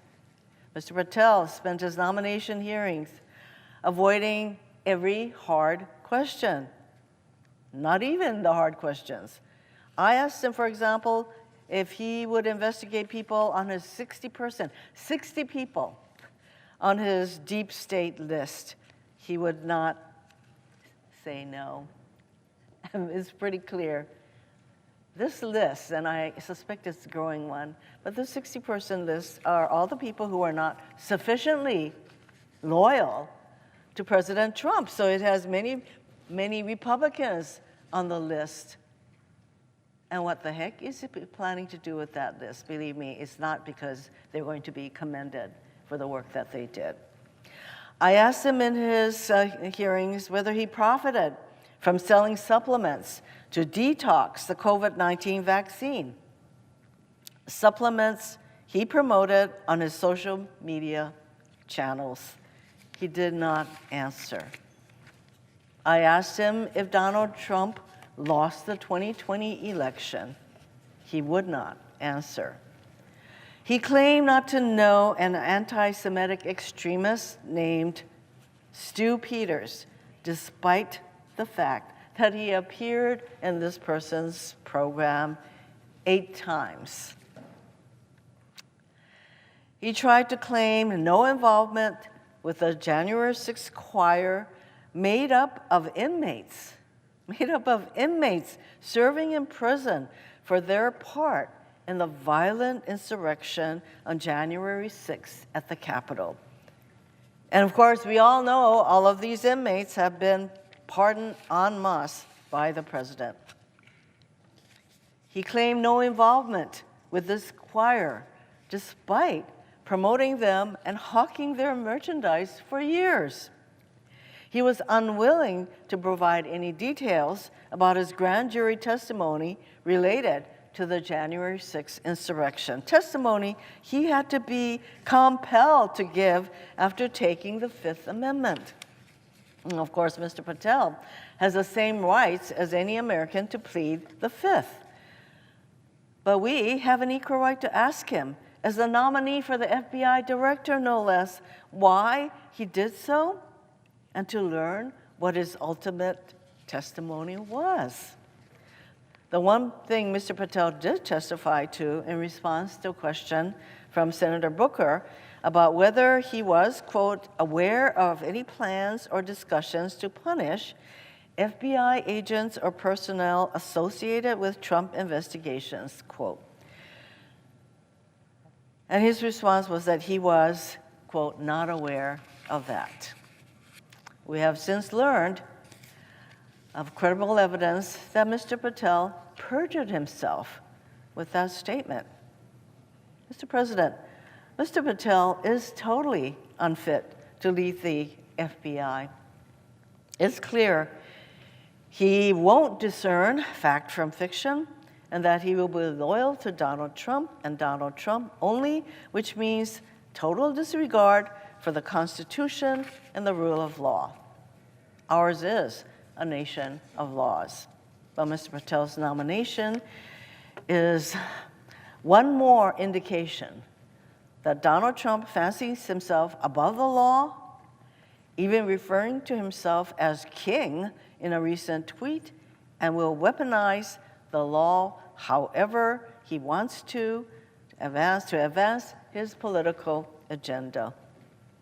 Mr. Patel is a dangerous nomination that will make our country less safe, less secure, and erode America's trust in the FBI. Mr. President, our administrative agencies, and certainly the Department of Justice and the FBI, do not exist to be used as tools for retribution by Donald Trump, Pam Bondi, or Kash Patel. But that is exactly what is happening with our agencies and the firing and the purging of thousands of people who are doing the job of the people. What can be thinking in supporting Mr. Patel to lead an agency that has the tools to spy and go after all the people that he doesn't like?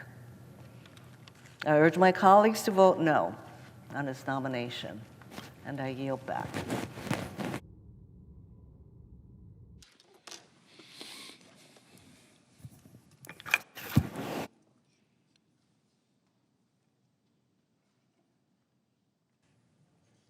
Mr. President, Senator from California is recognized.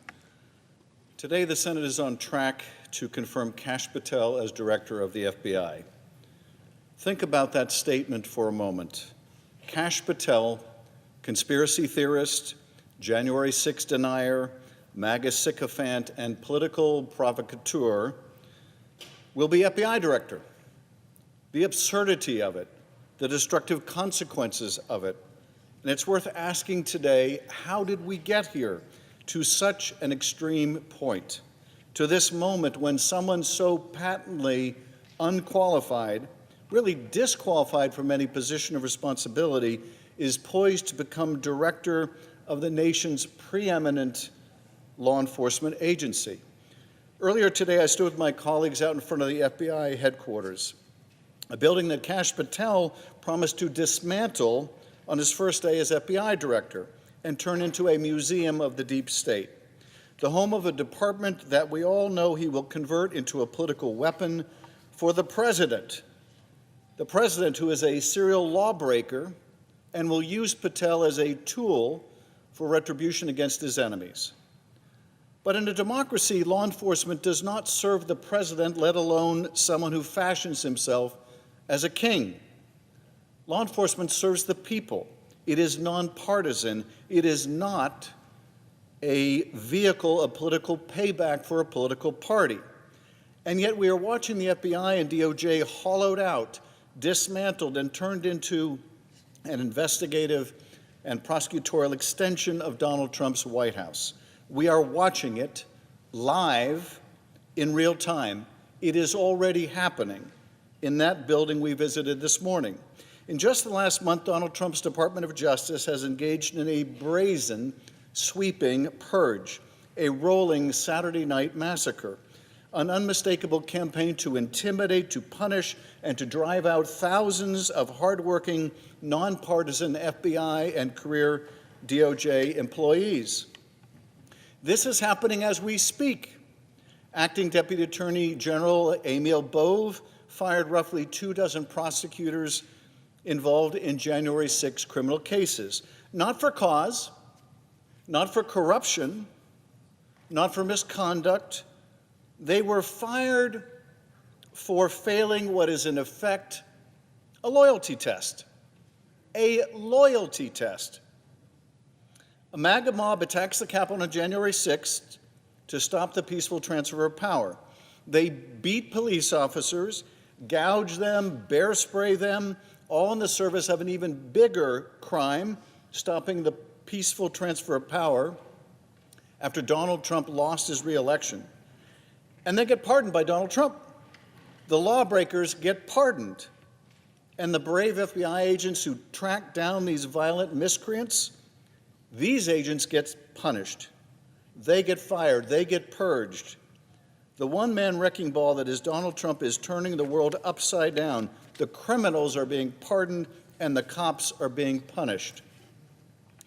Now, Kash Patel sat before the Senate Judiciary Committee and under oath insisted he knew of no plans to punish FBI employees involved in investigations related to Donald Trump.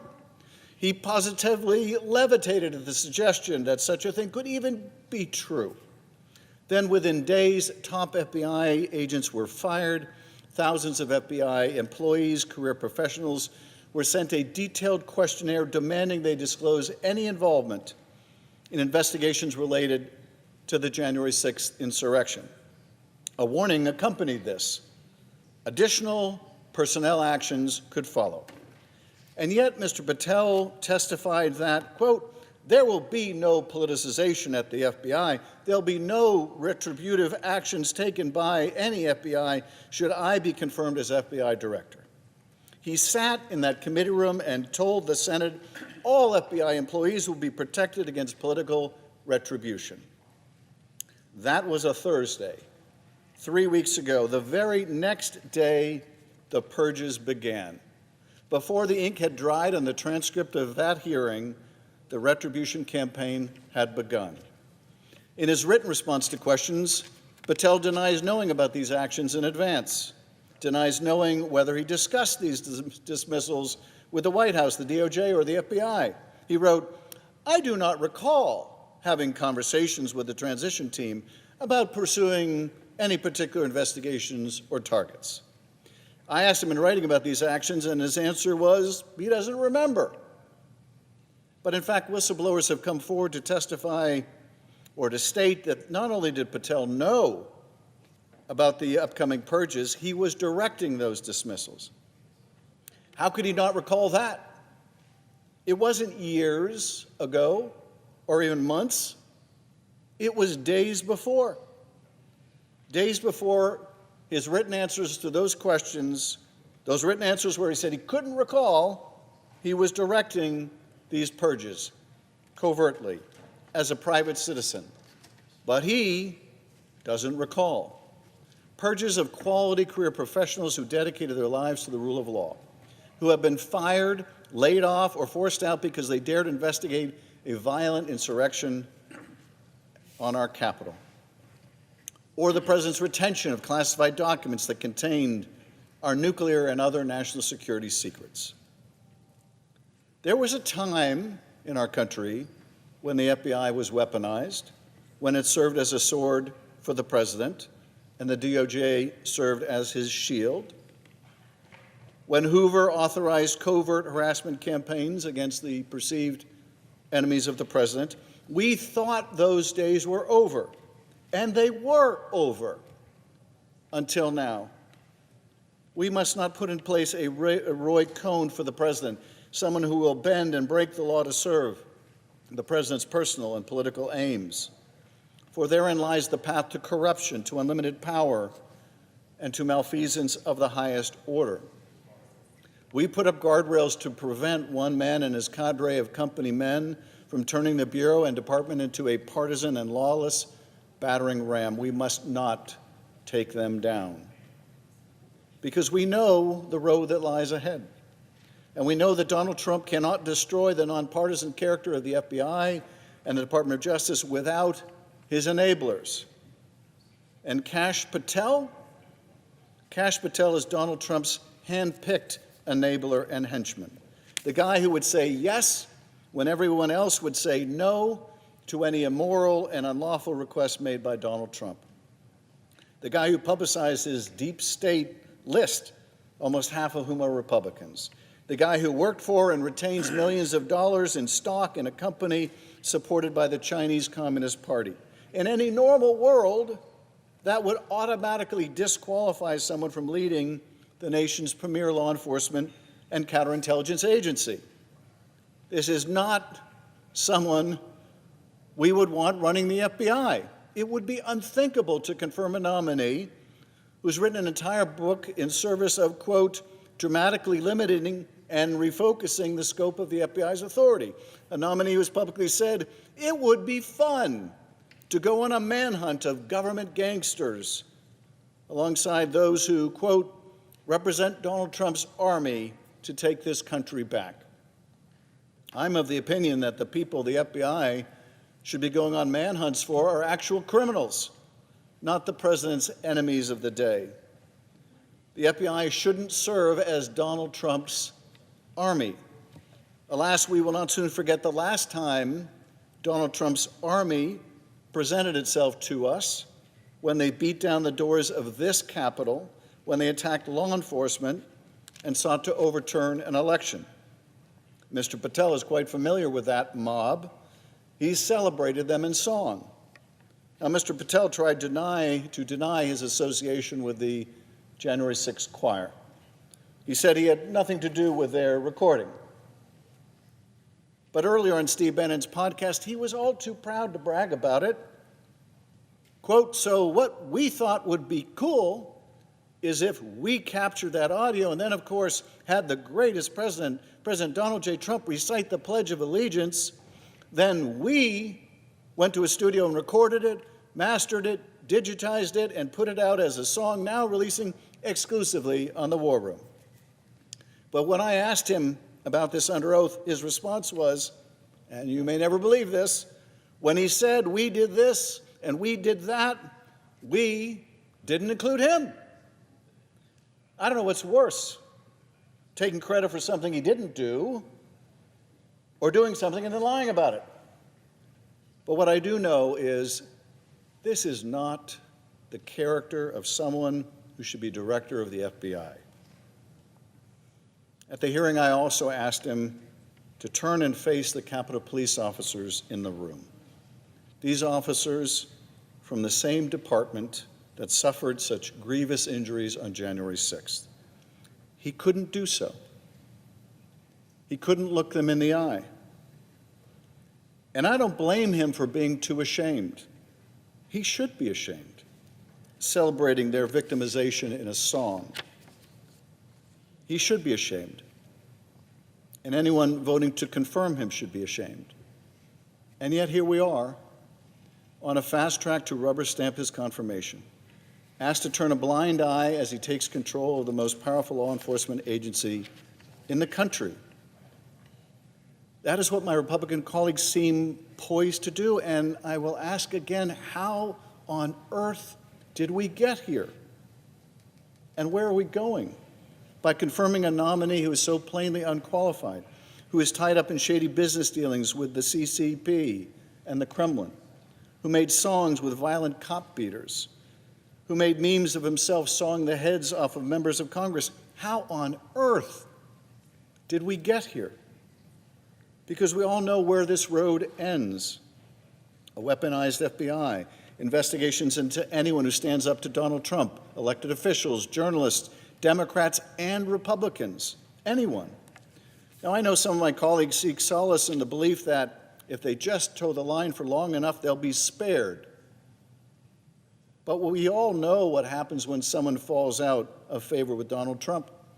When you're inevitably asked to vote for something or do something so egregious that you cannot possibly continue to say yes. And when you reach that moment, when you're forced to cross the president or abandon your final line in the sand, it will be these moments you remember, the concessions to a wannabe authoritarian that you were willing to entertain, the lines you allowed him to cross so you would be spared his wrath. But you will not be spared. No one is.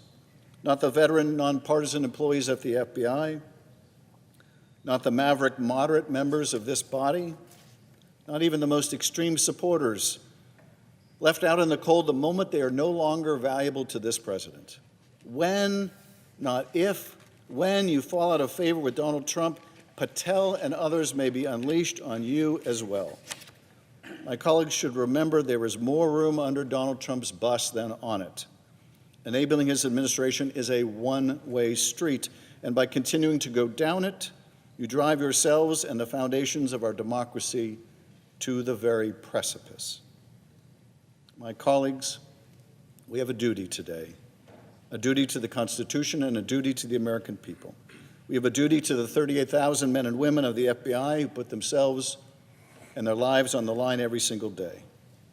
Those who work in the building where we stood this morning in the freezing cold and in communities and cities across the country, keeping us safe and secure.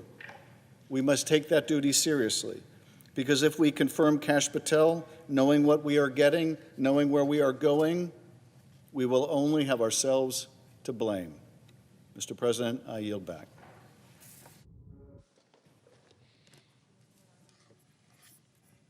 The senator from Rhode Island is recognized. Thank you, Mr. President. I'm here to join my distinguished colleague from California in opposition to the nomination of Kash Patel and to make crystal clear to this body what he is going to do in that job.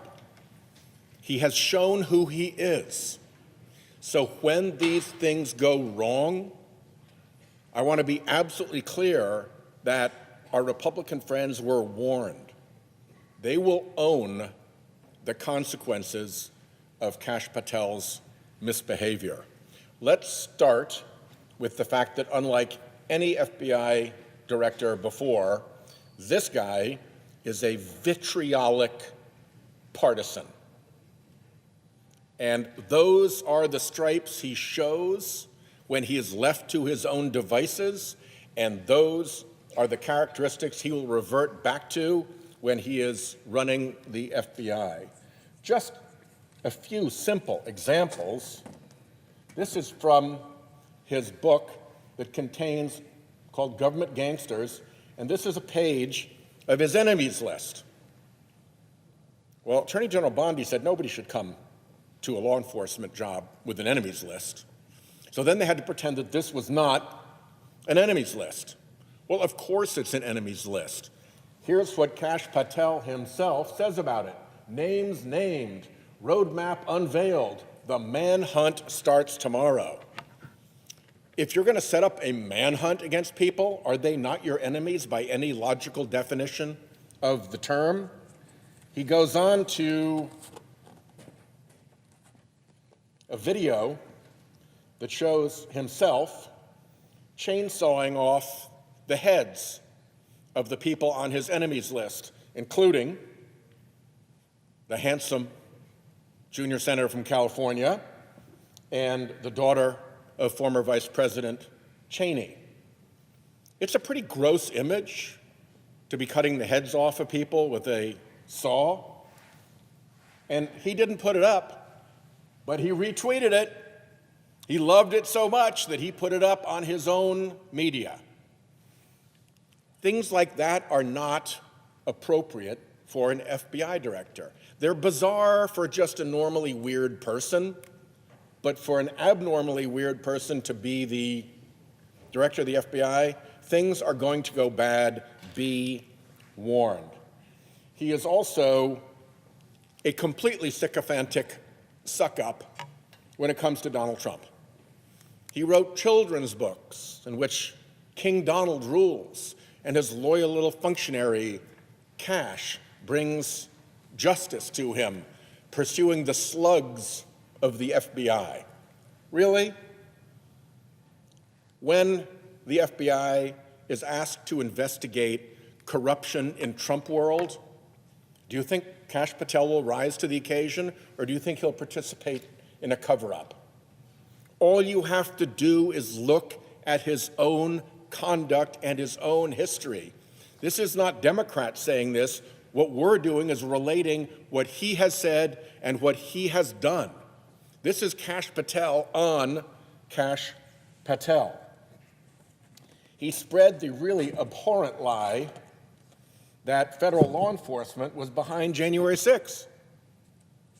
On one of the many podcasts and interview shows where he spewed so much disinformation and partisan vitriol, he was asked, looks like you have a preponderance of evidence suggesting there may have been federal law enforcement involved in making January 6th happen. Patel's response, I'll get you to beyond a reasonable doubt. Beyond a reasonable doubt, he believed and said federal law enforcement agencies were behind January 6th. We know that is preposterous. We know that is false. We know that investigations have shown that none of that is even remotely true. That is completely false information. And yet, here he is spouting it, and that's what he's going to look like as FBI director, too. The FBI is going to have to appear before judges and convince judges of the probity of the agency, of the legitimacy of the agency, of the propriety of the investigation, that the department has done a fair job of marshaling the evidence. Here's what he says about judges. We got to start impeaching judges if they've ruled against Donald Trump. They were a political terrorist, in his view. Any case that Donald Trump's been charged in, almost every judge is handling this thing as if they were not a judge, but a political terrorist. And of course, he meant the Trump judge down in Florida as the only one accepted.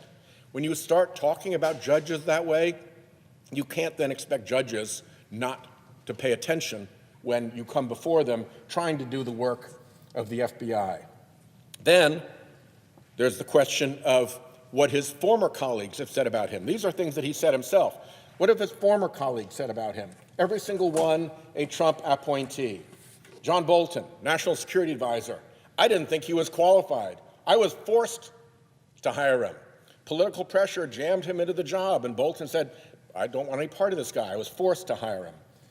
The Attorney General Bill Barr. They tried to force him on Bill Barr as deputy director of the FBI. And he said, Patel has virtually no experience that would qualify him to lead the FBI, and said, over my dead body does he get that job.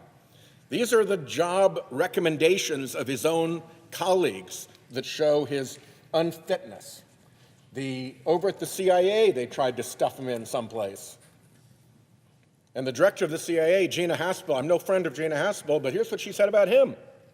If he came over, she would resign before allowing Patel to assume a position as her deputy. This is a guy who has a record of engagement with Trump appointees that show that he is not qualified, not capable, and somebody that they would resign before they'd let work for them. And now we're supposed to let him work for the American people? It is ridiculous. He testified once in state court on a Trump-related case, and his testimony was, to put it mildly, not convincing. Here's what the judge said. The court finds that Mr. Patel was not a credible witness. His testimony is not only illogical, but completely devoid of any evidence in the record. Okay, people come into court, they lie, the court doesn't believe their nonsense, and statements like this happen all the time in court. But here's where they don't happen. They don't happen with federal law enforcement agents. Because when I was the U.S. attorney in Rhode Island, if one of my FBI agents had gone over into the United States District Court in Rhode Island and testified in a criminal case in such a way that one of the United States District judges said about that witness, he was not a credible witness, his testimony was illogical, devoid of evidence in the record, we'd be looking into that. This comes darn close to being what is called giglio material. Material that the government is forced to disclose to future defendants when it bears on the credibility of a government witness, an agent who is a government witness. People lose their careers over giglio material. This, if he was an FBI agent, would have caused a response in headquarters to say, what the hell is going on? How did one of our people get involved in such flagrantly fake testimony that he was called out by the judge in the case like this? And this is the person that they want to put in charge of the organization, whose probity and whose professionalism and whose integrity are essential to the successful working of the organization. And the guy was basically called out as a liar and a fraud in plain court. This guy is a hot mess. And when you have a character like this that lies in court, that runs chainsaw memes about your opponents, that every person who he tried to work with who was senior in the Trump administration said, get this bum out of here, I don't want to be anywhere near him, that's a record. And you all, my Republican friends who are going to vote on this guy, when he gets there and he does what his character tells us he will do, don't think this isn't going to come back to haunt you. And by the way, don't think that his Trump servience as FBI director won't turn on you. Just because he's a vitriolic partisan who despises Democrats doesn't mean that when Trump's ire moves someplace else to Republican office holders, he won't be there to deliver the FBI as an enforcer against you. So there is a lot to be concerned about. I'll close with this. Never before in the history of American law enforcement has somebody sought to attain a high position in American law enforcement who has pled the Fifth Amendment. Not only did he plead the Fifth Amendment, but he refused to tell the committee what it was all about. You can't plead the Fifth unless you have a reasonable expectation that could put you in jeopardy of a crime. What crime? How in jeopardy? Explain that. You're not just a normal person, you're trying to be the head of the FBI. In a civil case, pleading the Fifth entitles the judge to instruct the jury to draw an adverse interest about your testimony, that the jury can find against you because you took the Fifth. Why we have not had a straight answer yet from our Republican colleagues about why the guy who wants to be the head of the FBI pled the Fifth? It is an unprecedented, terrible situation. With that, I yield the floor.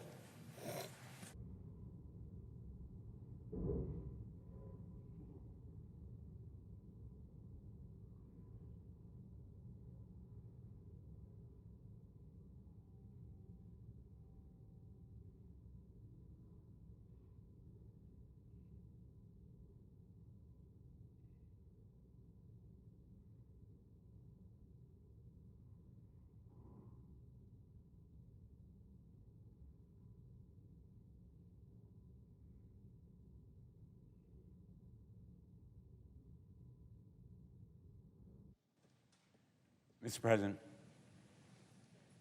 Senator from Connecticut is recognized. Thank you, Mr. President. I want to begin where my wonderful friend and colleague, Senator Whitehouse of Rhode Island, ended in opposing the nomination of Kash Patel to be director of the FBI.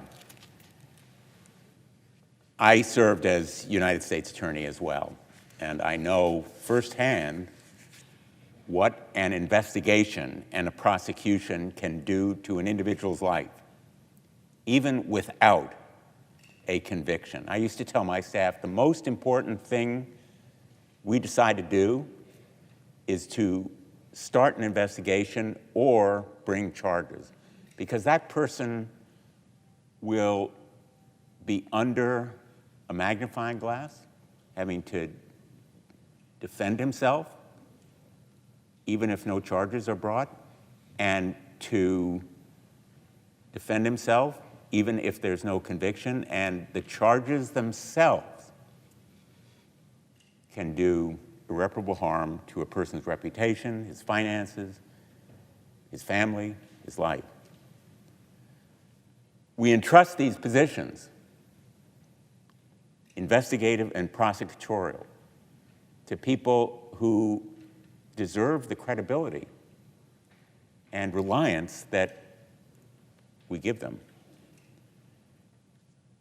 So the position of director of the FBI or Attorney General of the United States or prosecutors and investigators who work for them are not ordinary positions. Even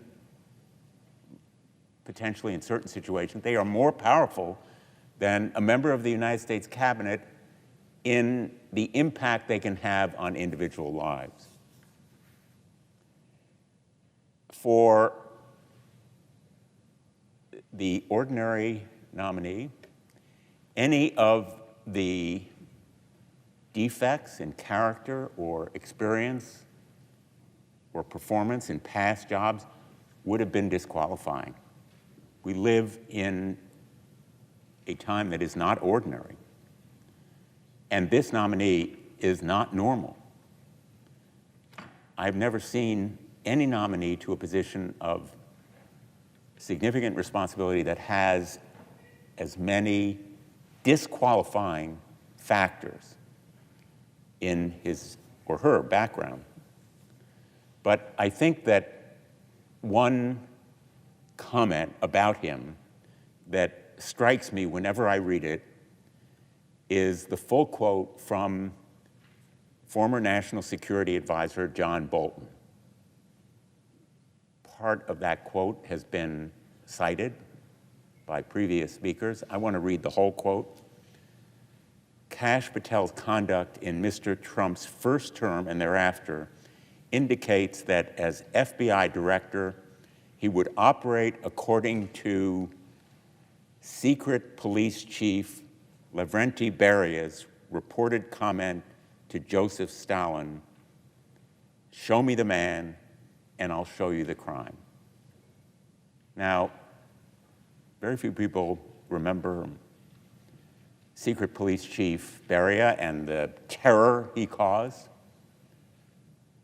in carrying out Joseph Stalin's edicts to destroy people's lives, to execute them, to eliminate their families. But the mantra of Beria and Stalin, "Show me the man and I'll show you the crime. Make up the crime to fit the man and we will eliminate him."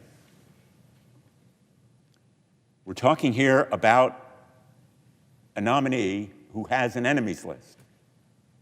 He calls it something different. He calls it government gangsters. And he's on a manhunt for them. Manhunt is his word. He can use different words, but the point here is he is on a mission to use the powers of this office in Donald Trump's name for political retribution against his enemies, against Trump's enemies, against MAGA's opponents. To use these institutions for political retribution is the height of irresponsibility. Even to hint at it ought to be disqualifying, and he has made it explicit in his past writings and his statements and speeches, not just a couple of times.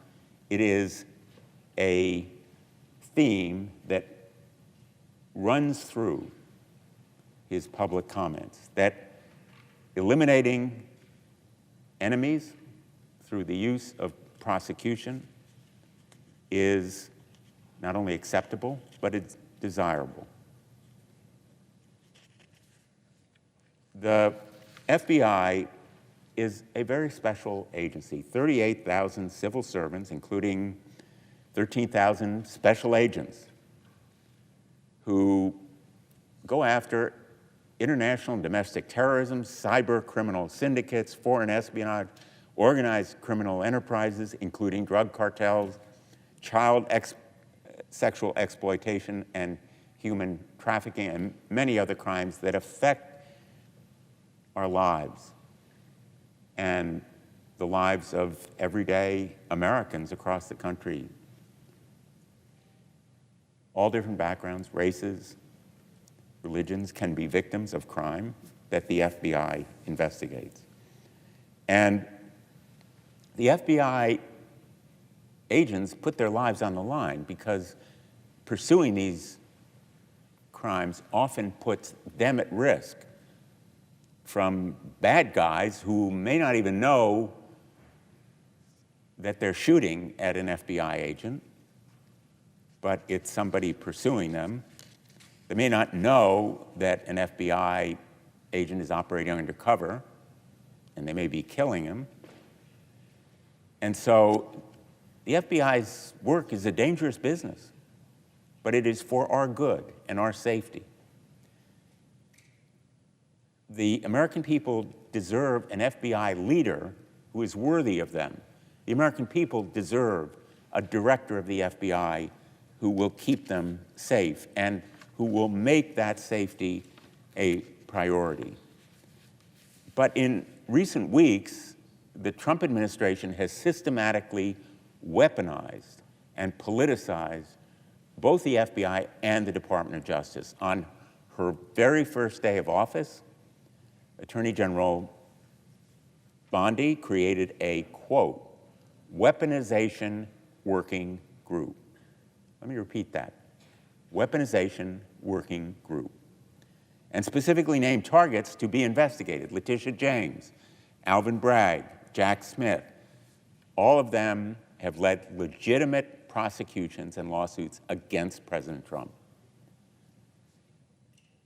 There have been reports that prosecutors and FBI agents have been reassigned from drug trafficking to do immigration enforcement, from terrorism task forces to immigration enforcement. And the administration has issued allegedly unethical or illegal orders, causing many top prosecutors to bravely resign rather than betray their oaths of office. We're talking about men and women who love their jobs in the Department of Justice and do them well. And they have sacrificed those jobs because they were ordered to take action that was unethical or illegal in their view. We need now more than ever an FBI director who is trustworthy and devoted to the ideals and values of the Department of Justice and the Constitution above all. Anyone taking one of those jobs raises their right hand and swears an oath to the Constitution, not to the President, not to the Attorney General, not to any other official. It is to the Constitution. Kash Patel is not that person, not the person to have that immense responsibility, most especially at this moment. He lacks the judgment, he lacks the integrity, he lacks the character and competence to be FBI director. Kash Patel's contempt for those agents who put their lives on the line has been clear. He's called them, the FBI, one of the most cunning and powerful arms of the deep state. And there are now highly credible whistleblower reports that he may have directed the purging of senior leaders at the FBI, as well as potentially a mass firing of career FBI officials. Those FBI officials who served professionally with distinction, put their lives on the line, purged as a result of Kash Patel involving himself, in fact, in those decisions, even as under oath, in response to my questions, he said, quote, all FBI employees will be protected against political retribution. All FBI employees will be protected against political retribution. Well, we stood in front of the FBI headquarters this morning. In that very building, there are individuals who will be fired because they took assignments.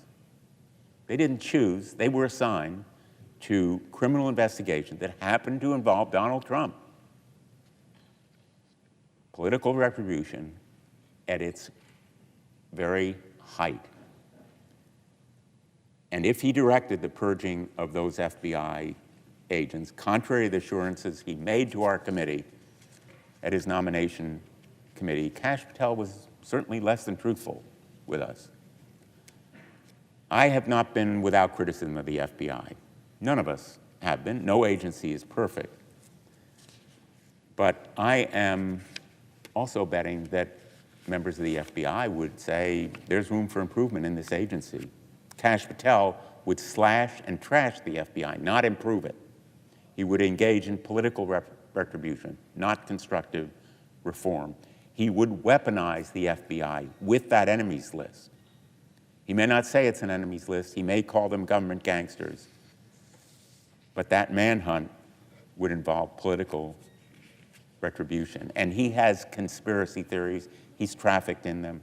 He said he agrees with a lot of what QAnon says. He engages in election denialism, refusing to say that President Biden won the 2020 election.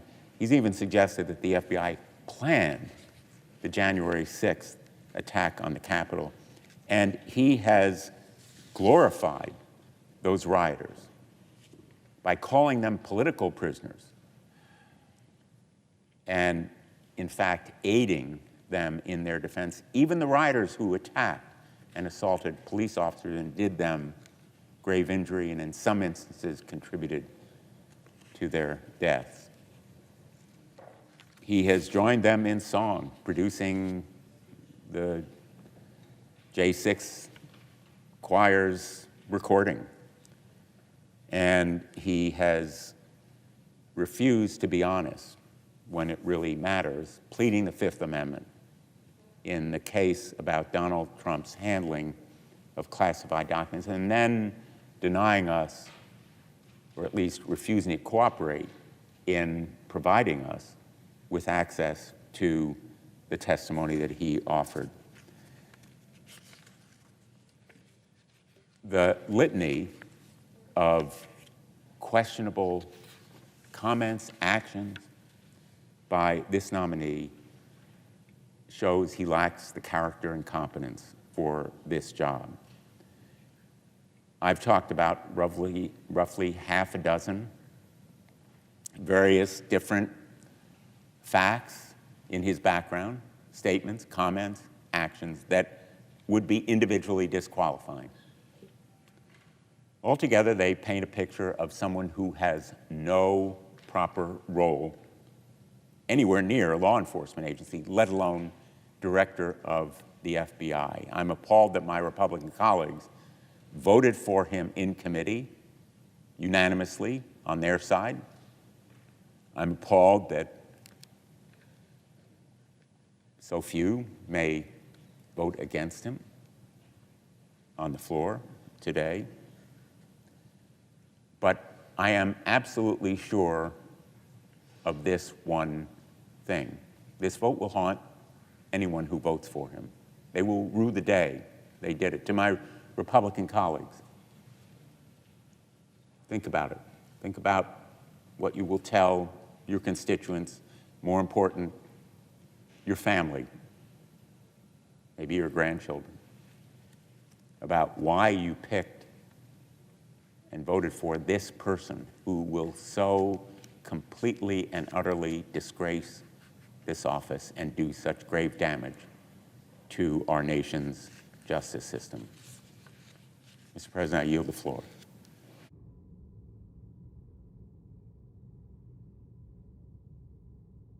President, I ask permission to speak up to 10 minutes. Without objection, the senator from Vermont is recognized. Thank you, Mr. President, and I thank my colleagues for joining me here today. I oppose Kash Patel and believe he is the dangerously wrong choice to serve as the director of FBI. We all have great admiration for the FBI. The men and women there serve our nation, do hard work every day, and for decades they've served as a non-political agency that protects us and defends the rule of law. I believe that Mr. Patel is on a mission to wreck the FBI. It's his own words. He wants to turn the FBI building into a monument or museum to the deep state. You know, I believe that this country and Congress is in the midst of a slow-moving but rapidly accelerating constitutional crisis. This is real, and we can ignore it or see it. It began most visibly, of course, in January 6, 2021, when two norms of this republic, the peaceful transfer of power and the renunciation of violence to affect the outcome of a vote count and certification, were breached, and where many members of the House and Senate also voted against certifying the election of the person chosen by the people in their own states. The president continues to say that the election was stolen, and he has coached his nominees to embrace the big lie. Mr. President, the first month of the Trump administration has shown a contempt for the Constitution, an acceptance of lawlessness that is dangerous to the future of our republic. President Trump's election denialism was only an early sign of his disregard for the norms and requirements of the Constitution. Now empowered in his second term by a Congress and a judiciary which refused to assert their independence, Mr. Trump has enacted executive order after executive order to dismantle our institutions. He doesn't have the authority to do what he's doing. The federal funding freeze, clearly unconstitutional, invasion of the Article 1 power of the purse, shutting down agencies created by Congress without authority, revoking birthright citizenship, a constitutional provision that he asserts he can do by executive order, removing leaders of independent agencies created by Congress, clearly unlawful, firing inspectors general in violation of notice requirements created by Congress, unlawful, firing government employees who have civil service protections, clearly unlawful, and pushing, really, a quid pro quo order at the Department of Justice to drop charges against a corrupt mayor in New York so he'll accede to whatever the wishes are of the Trump administration regarding local enforcement. And that's only a short list. And we have reached a point where a federal judge has found that the White House defied his order to release billions of dollars in federal grants, marking the first time that a judge has expressly declared that the Trump administration is disobeying a judicial mandate. That is trouble. The country is headed into a situation where, in addition to acting without authority, the president and his enablers are indicting, he will defy rulings from the third branch of our government. Vice President Vance has made it very clear what his point of view is on judges. Judges aren't allowed to control the executive's, quote, legitimate powers. And if the courts don't like it, let them enforce it. Of course, under our Constitution, since Marbury versus Madison, the court is the final arbiter of what is legitimate or what is not. And the executive branch must enforce the laws as interpreted by the co-equal branch of government. Mr. President, it is my view that this administration is showing maximum contempt for core constitutional values, including, most importantly, the separation of powers. This is not about what the president's agenda is. This is about his disregard about the limits that apply to each branch of government. And we have a dilemma. There are many in Congress that are fully in support of President Trump's policies. That's his right to pursue them, any member's right to support them. But it has to be that we accept our unique responsibility, each of the 100 U.S. senators, that we have to guarantee that in pursuit of those policies, it is done within constitutional boundaries. That is the glue that has held this country together through thick and thin for nearly 250 years. You know, this is not just talk about civic aspiration. It's a recognition that the separation of powers, that the system of checks and balances, we're custodians of that, each of us here. That the concept of the executive's ambition should be matched with the ambition of the legislature. That's what's held us together through the turmoil of our own history. We have fierce debates about important public policy matters, but what allows us to resolve them, despite intense disagreements, is staying within the guardrails of the Constitution. That process is being threatened directly and aggressively. The president's attack on our Constitution on January 6th has continued to this day. We've witnessed a renunciation of the decision that the American people made in the 2020 election by President Trump's nominees. Many of them who came before us, including Mr. Patel, were unable to simply say who won the 2020 election. They continued the Stop the Steal narrative even 4 years later. And now we have President Trump in his first month in office acting in ways that continues to challenge the constitutional order. I'm voting against Mr. Patel primarily, but not exclusively, because he's clearly an instrument in that effort to continue eroding the precepts of the Constitution on separation of powers. And I urge all my fellow senators, Republican and Democrats, to embrace the responsibility we have to assert our responsibility and authority as a co-equal branch. This is a difficult time, particularly for many of my esteemed colleagues on the Republican side. You may support, as I mentioned, the policies of the president, but we've got to take a look at how he is going about trying to implement them. That really matters. We are all custodians of the constitutional order. I'm regarding what President Trump has been doing in his first month in office as an illegal rampage. It's a rampage of illegality. He's showing a contempt for Congress and a contempt for the United States judiciary. Mr. Patel has signed on to that agenda. He isn't just someone who will be forced to participate in the president's campaign of retribution. He's an active participant. He's got his enemies list. We know this because his own words said what was the FBI doing planning January 6th for a year? No basis for that other than to set up the attack on the good men and women of the FBI. Mr. Patel is the one who created a list of deep state individuals. This is like Russia kind of stuff, half of whom are Republicans in the so-called deep state. And he called it nothing more than a cabal of government gangsters and allies. This is the department he's going to be leading, really. And he's the one who said thank you to President Trump for helping put so many government gangsters in their place. Mr. President, Mr. Patel is not the person to lead the FBI.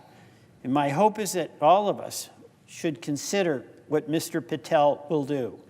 He's going to use the power of the FBI to go after all those in government, those in the media, and those across the country he doesn't agree with. He cannot serve as the next director of the FBI. I yield back. All post-cloture time has expired. The question occurs on the nomination. Do I hear a sufficient second? There appears to be a sufficient second. The clerk will call the roll. Ms. Alsobrooks, Ms. Baldwin, Mr. Banks, Mr. Barrasso.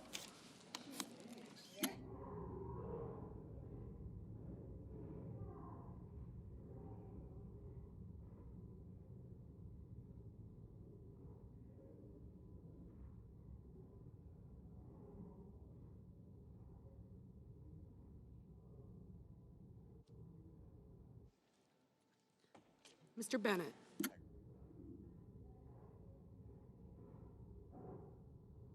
Mrs. Blackburn.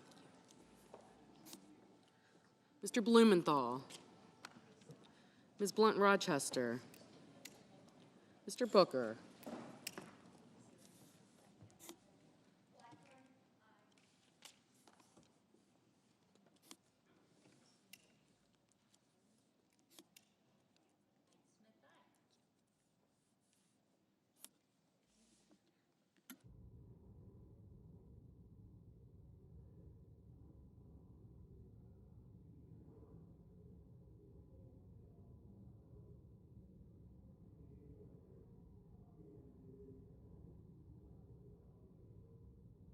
Mr. Bozeman, Mrs. Brett, Mr. Budd, Ms. Cantwell, Mrs. Capito,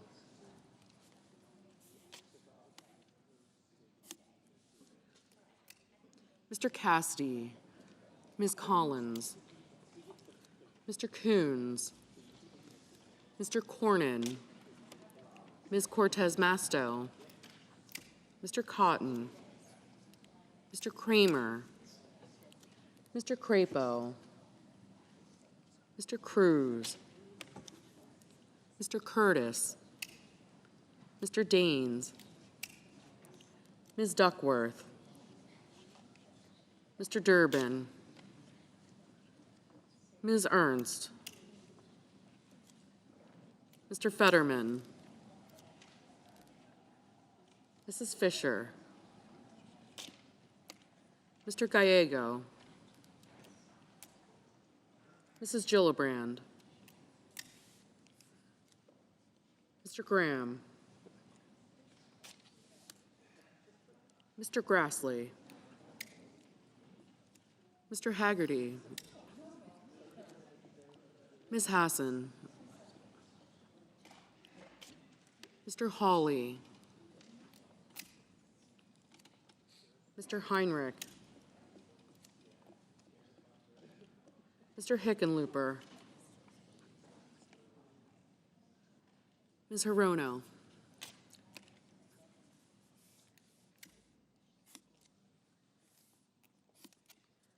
Mr. Hoven, Mr. Husted, Mrs. Hyde-Smith, Mr. Johnson, Mr. Justice, Mr. Kane,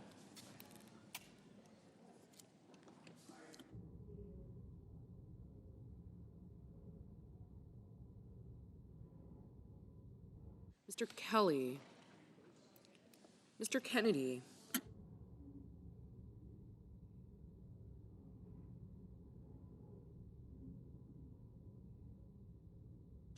Mr. Kim, Mr. King, Ms. Klobuchar, Mr. Langford, Mr. Lee, Mr. Lujan, Ms. Lummis, Mr. Markey, Mr. Marshall, Mr. McConnell, Mr. McCormick, Mr. Merkley, Mrs. Moody,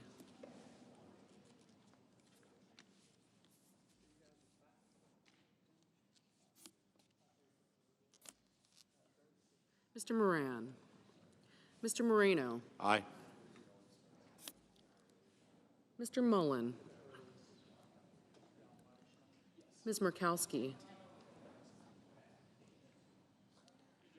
Mr. Murphy,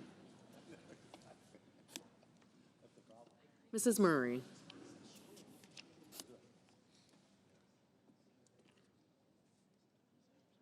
Mr. Ossoff, Mr. Padilla, Mr. Paul,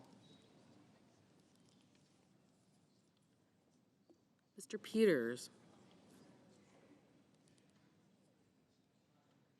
Mr. Reed, Mr. Ricketts, Mr. Risch, Ms. Rosen, Mr. Rounds, Mr. Sanders,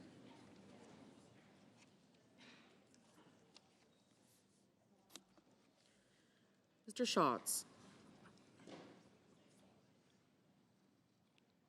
Mr. Schiff, Mr. Schmidt, Mr. Schumer,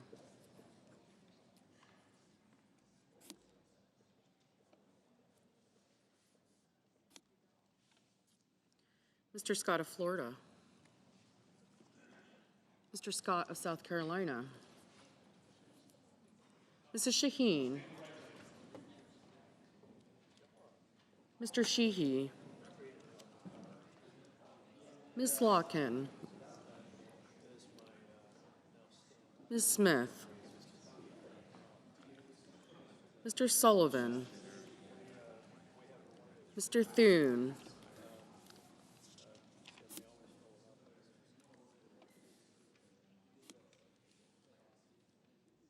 Mr. Tillis,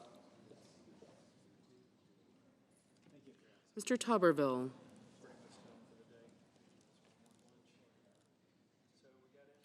Mr. Van Hollen. Mr. Warner. Mr. Warnock. Sir.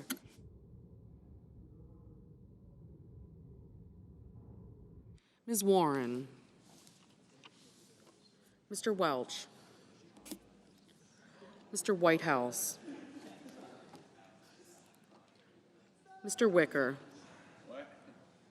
Mr. Wyden. Mr. Young.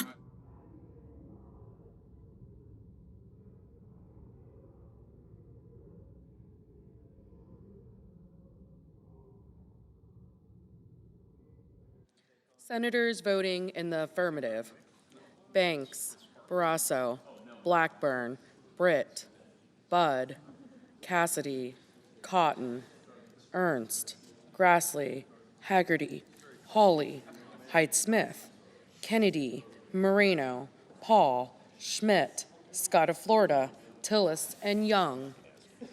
Senators voting in the negative: Duckworth, Durbin, King, Lujan, Murkowski, Murphy, Padilla, Peters, Sanders, Warner, and Welch.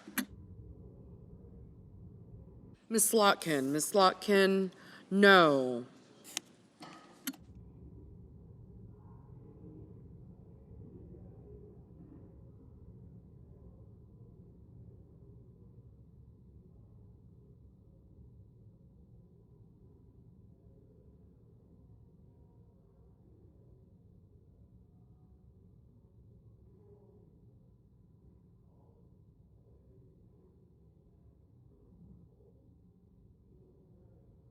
Mr.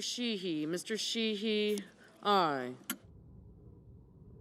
Mr. Schatz, no.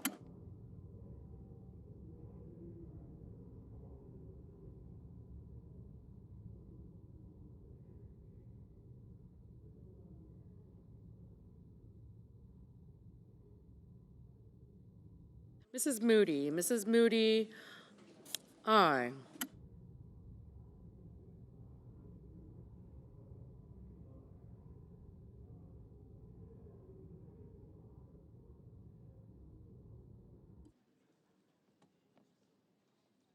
Mr. Crapo, aye.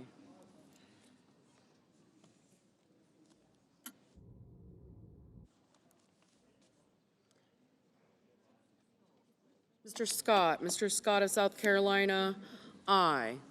Ms. Rosen, no.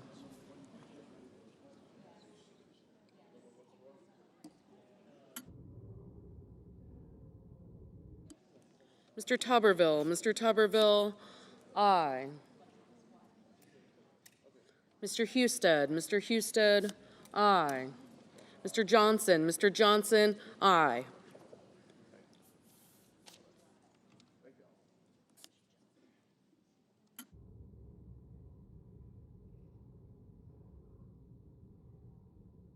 Mr. Risch, aye.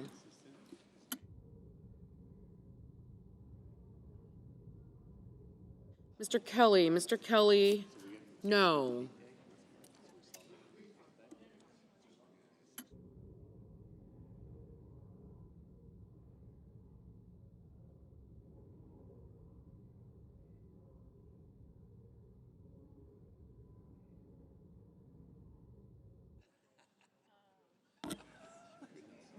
Mr. Ricketts, aye. Mr. Blumenthal, no. Mr. Daines, aye.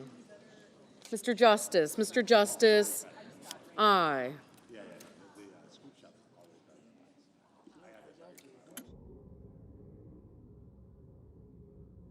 Ms. Cantwell, no. Mr. Graham, aye. Ms. Collins, no. Mr. Marshall, aye. Ms. Lummis, aye. Mr. McCormick, Mr. McCormick, aye.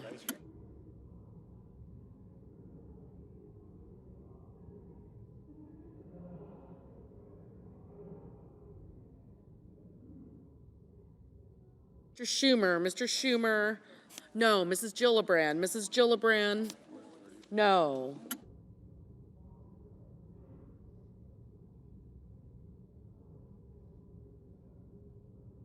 Mr. Sullivan, aye.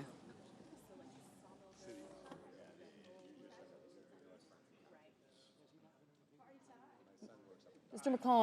McConnell, aye. Mr. Wyden, no.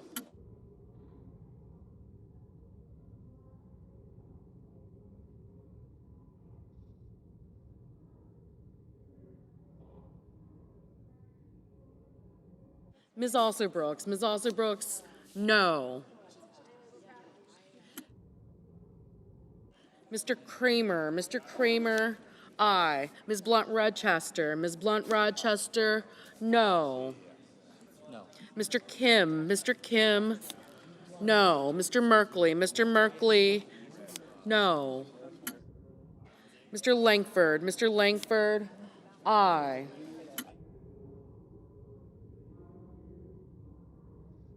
Mr. Kane, no.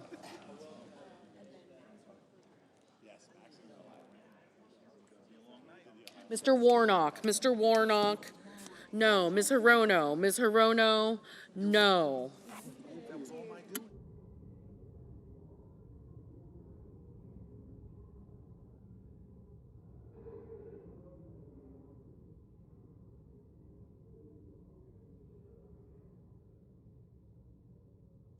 Mr. Booker, no.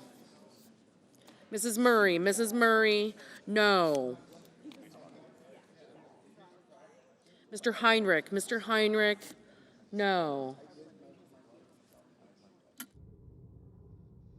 Ms. Cortez Masto, no. Mr. Rounds, aye.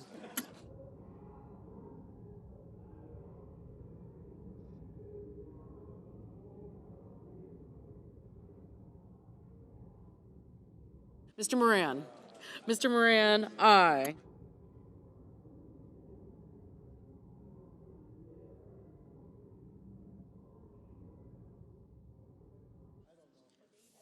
Mr. Reed, no.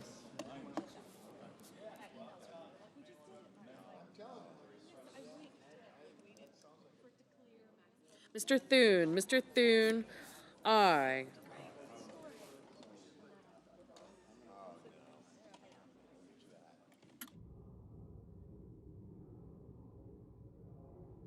Mr. Cornyn, aye.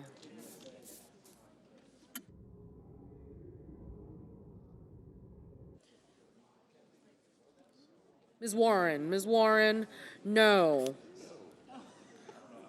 Ms. Hassan, no. Mr. Ossoff, no.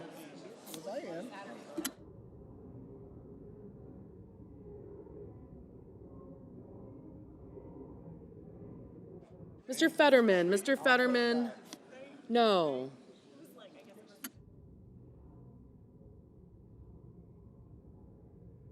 Ms.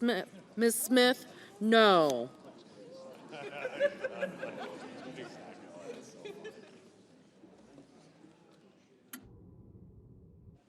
Mr. Van Hollen, no. Mr. Markey, no.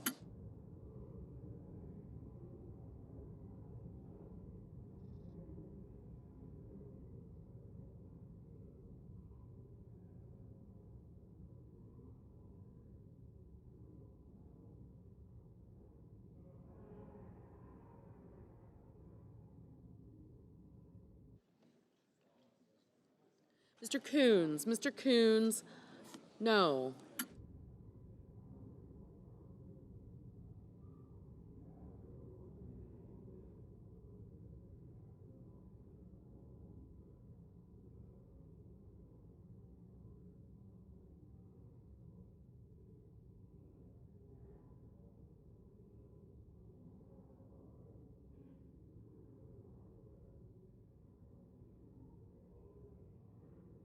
Ms. Baldwin, Ms. Baldwin, no.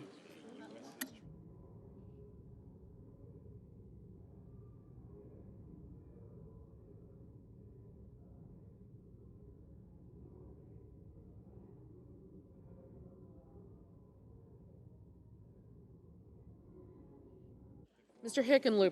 Hickenlooper, no.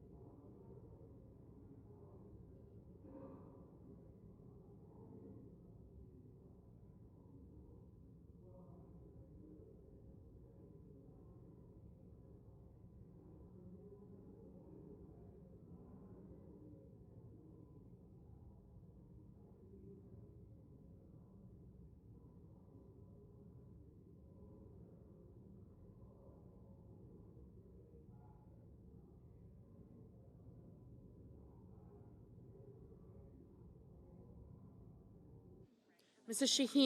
Shaheen, no.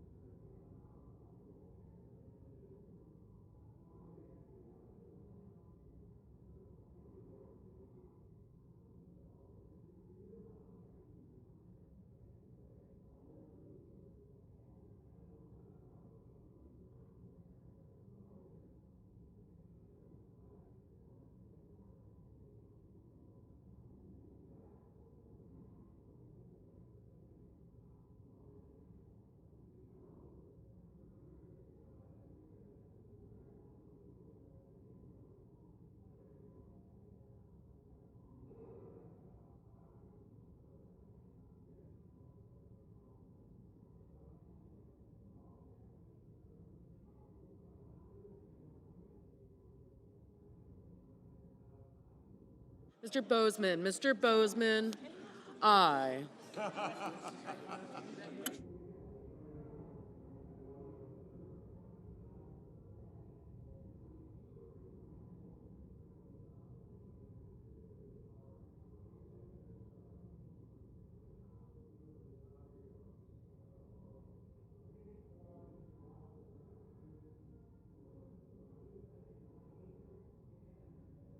Ms. Klobuchar, no. Mr. Hoven, aye.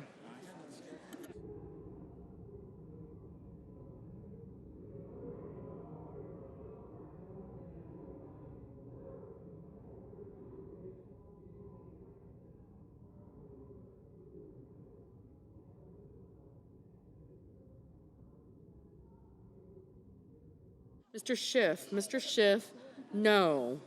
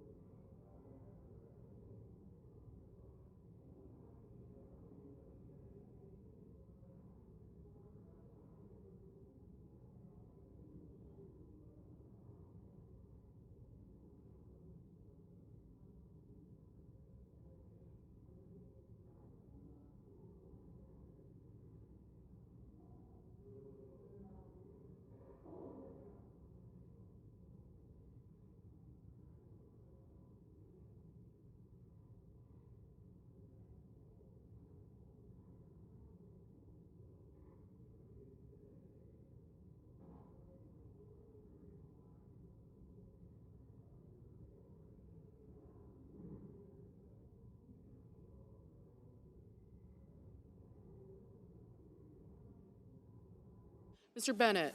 Mr. Bennett, no. Mrs. Capito. Mrs. Capito, aye. Mr. Wicker. Mr. Wicker, aye.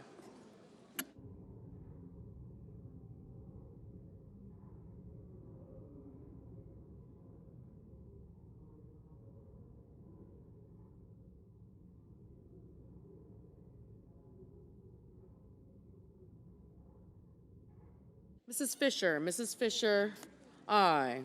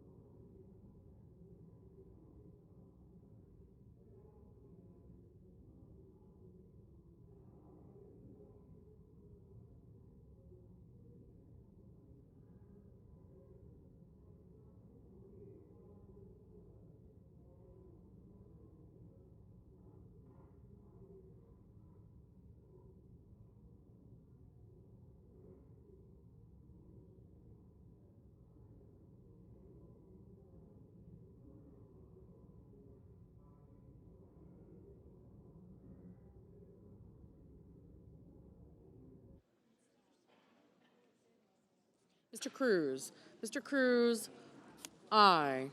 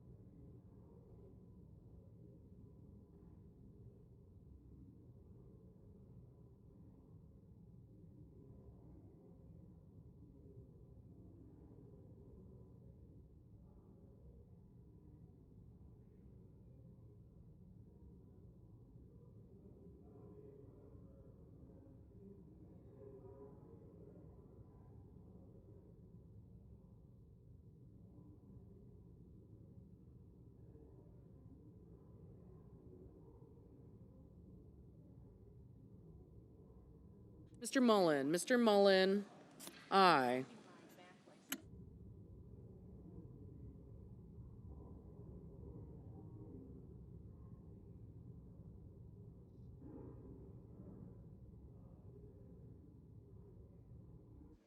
Mr. Lee.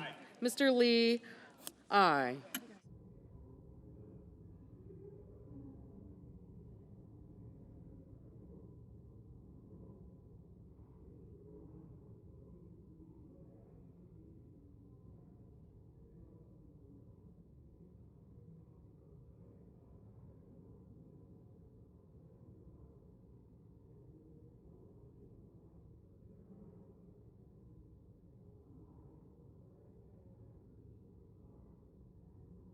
Mr. Gallego. Mr. Gallego, no.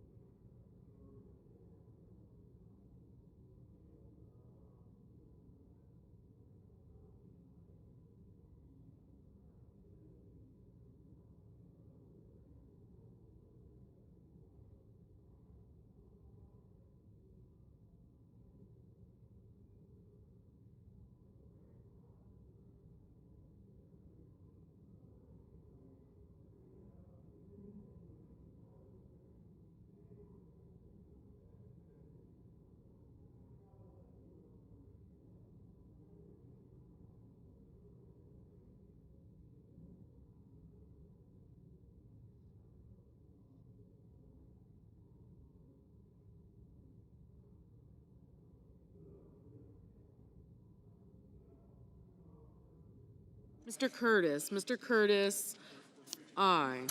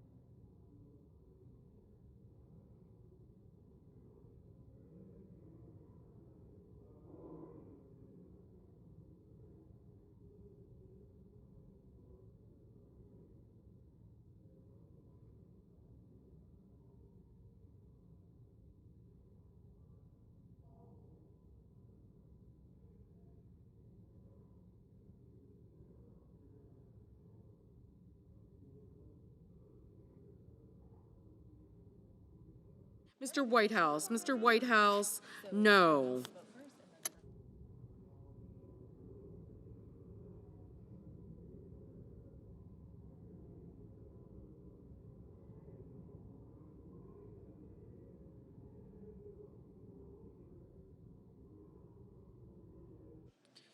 The yeas are 51, the nays are 49. The confirmation is confirmed. Under the previous order, the motion to reconsider is considered made and laid upon the table, and the President will be immediately notified of the Senate's actions.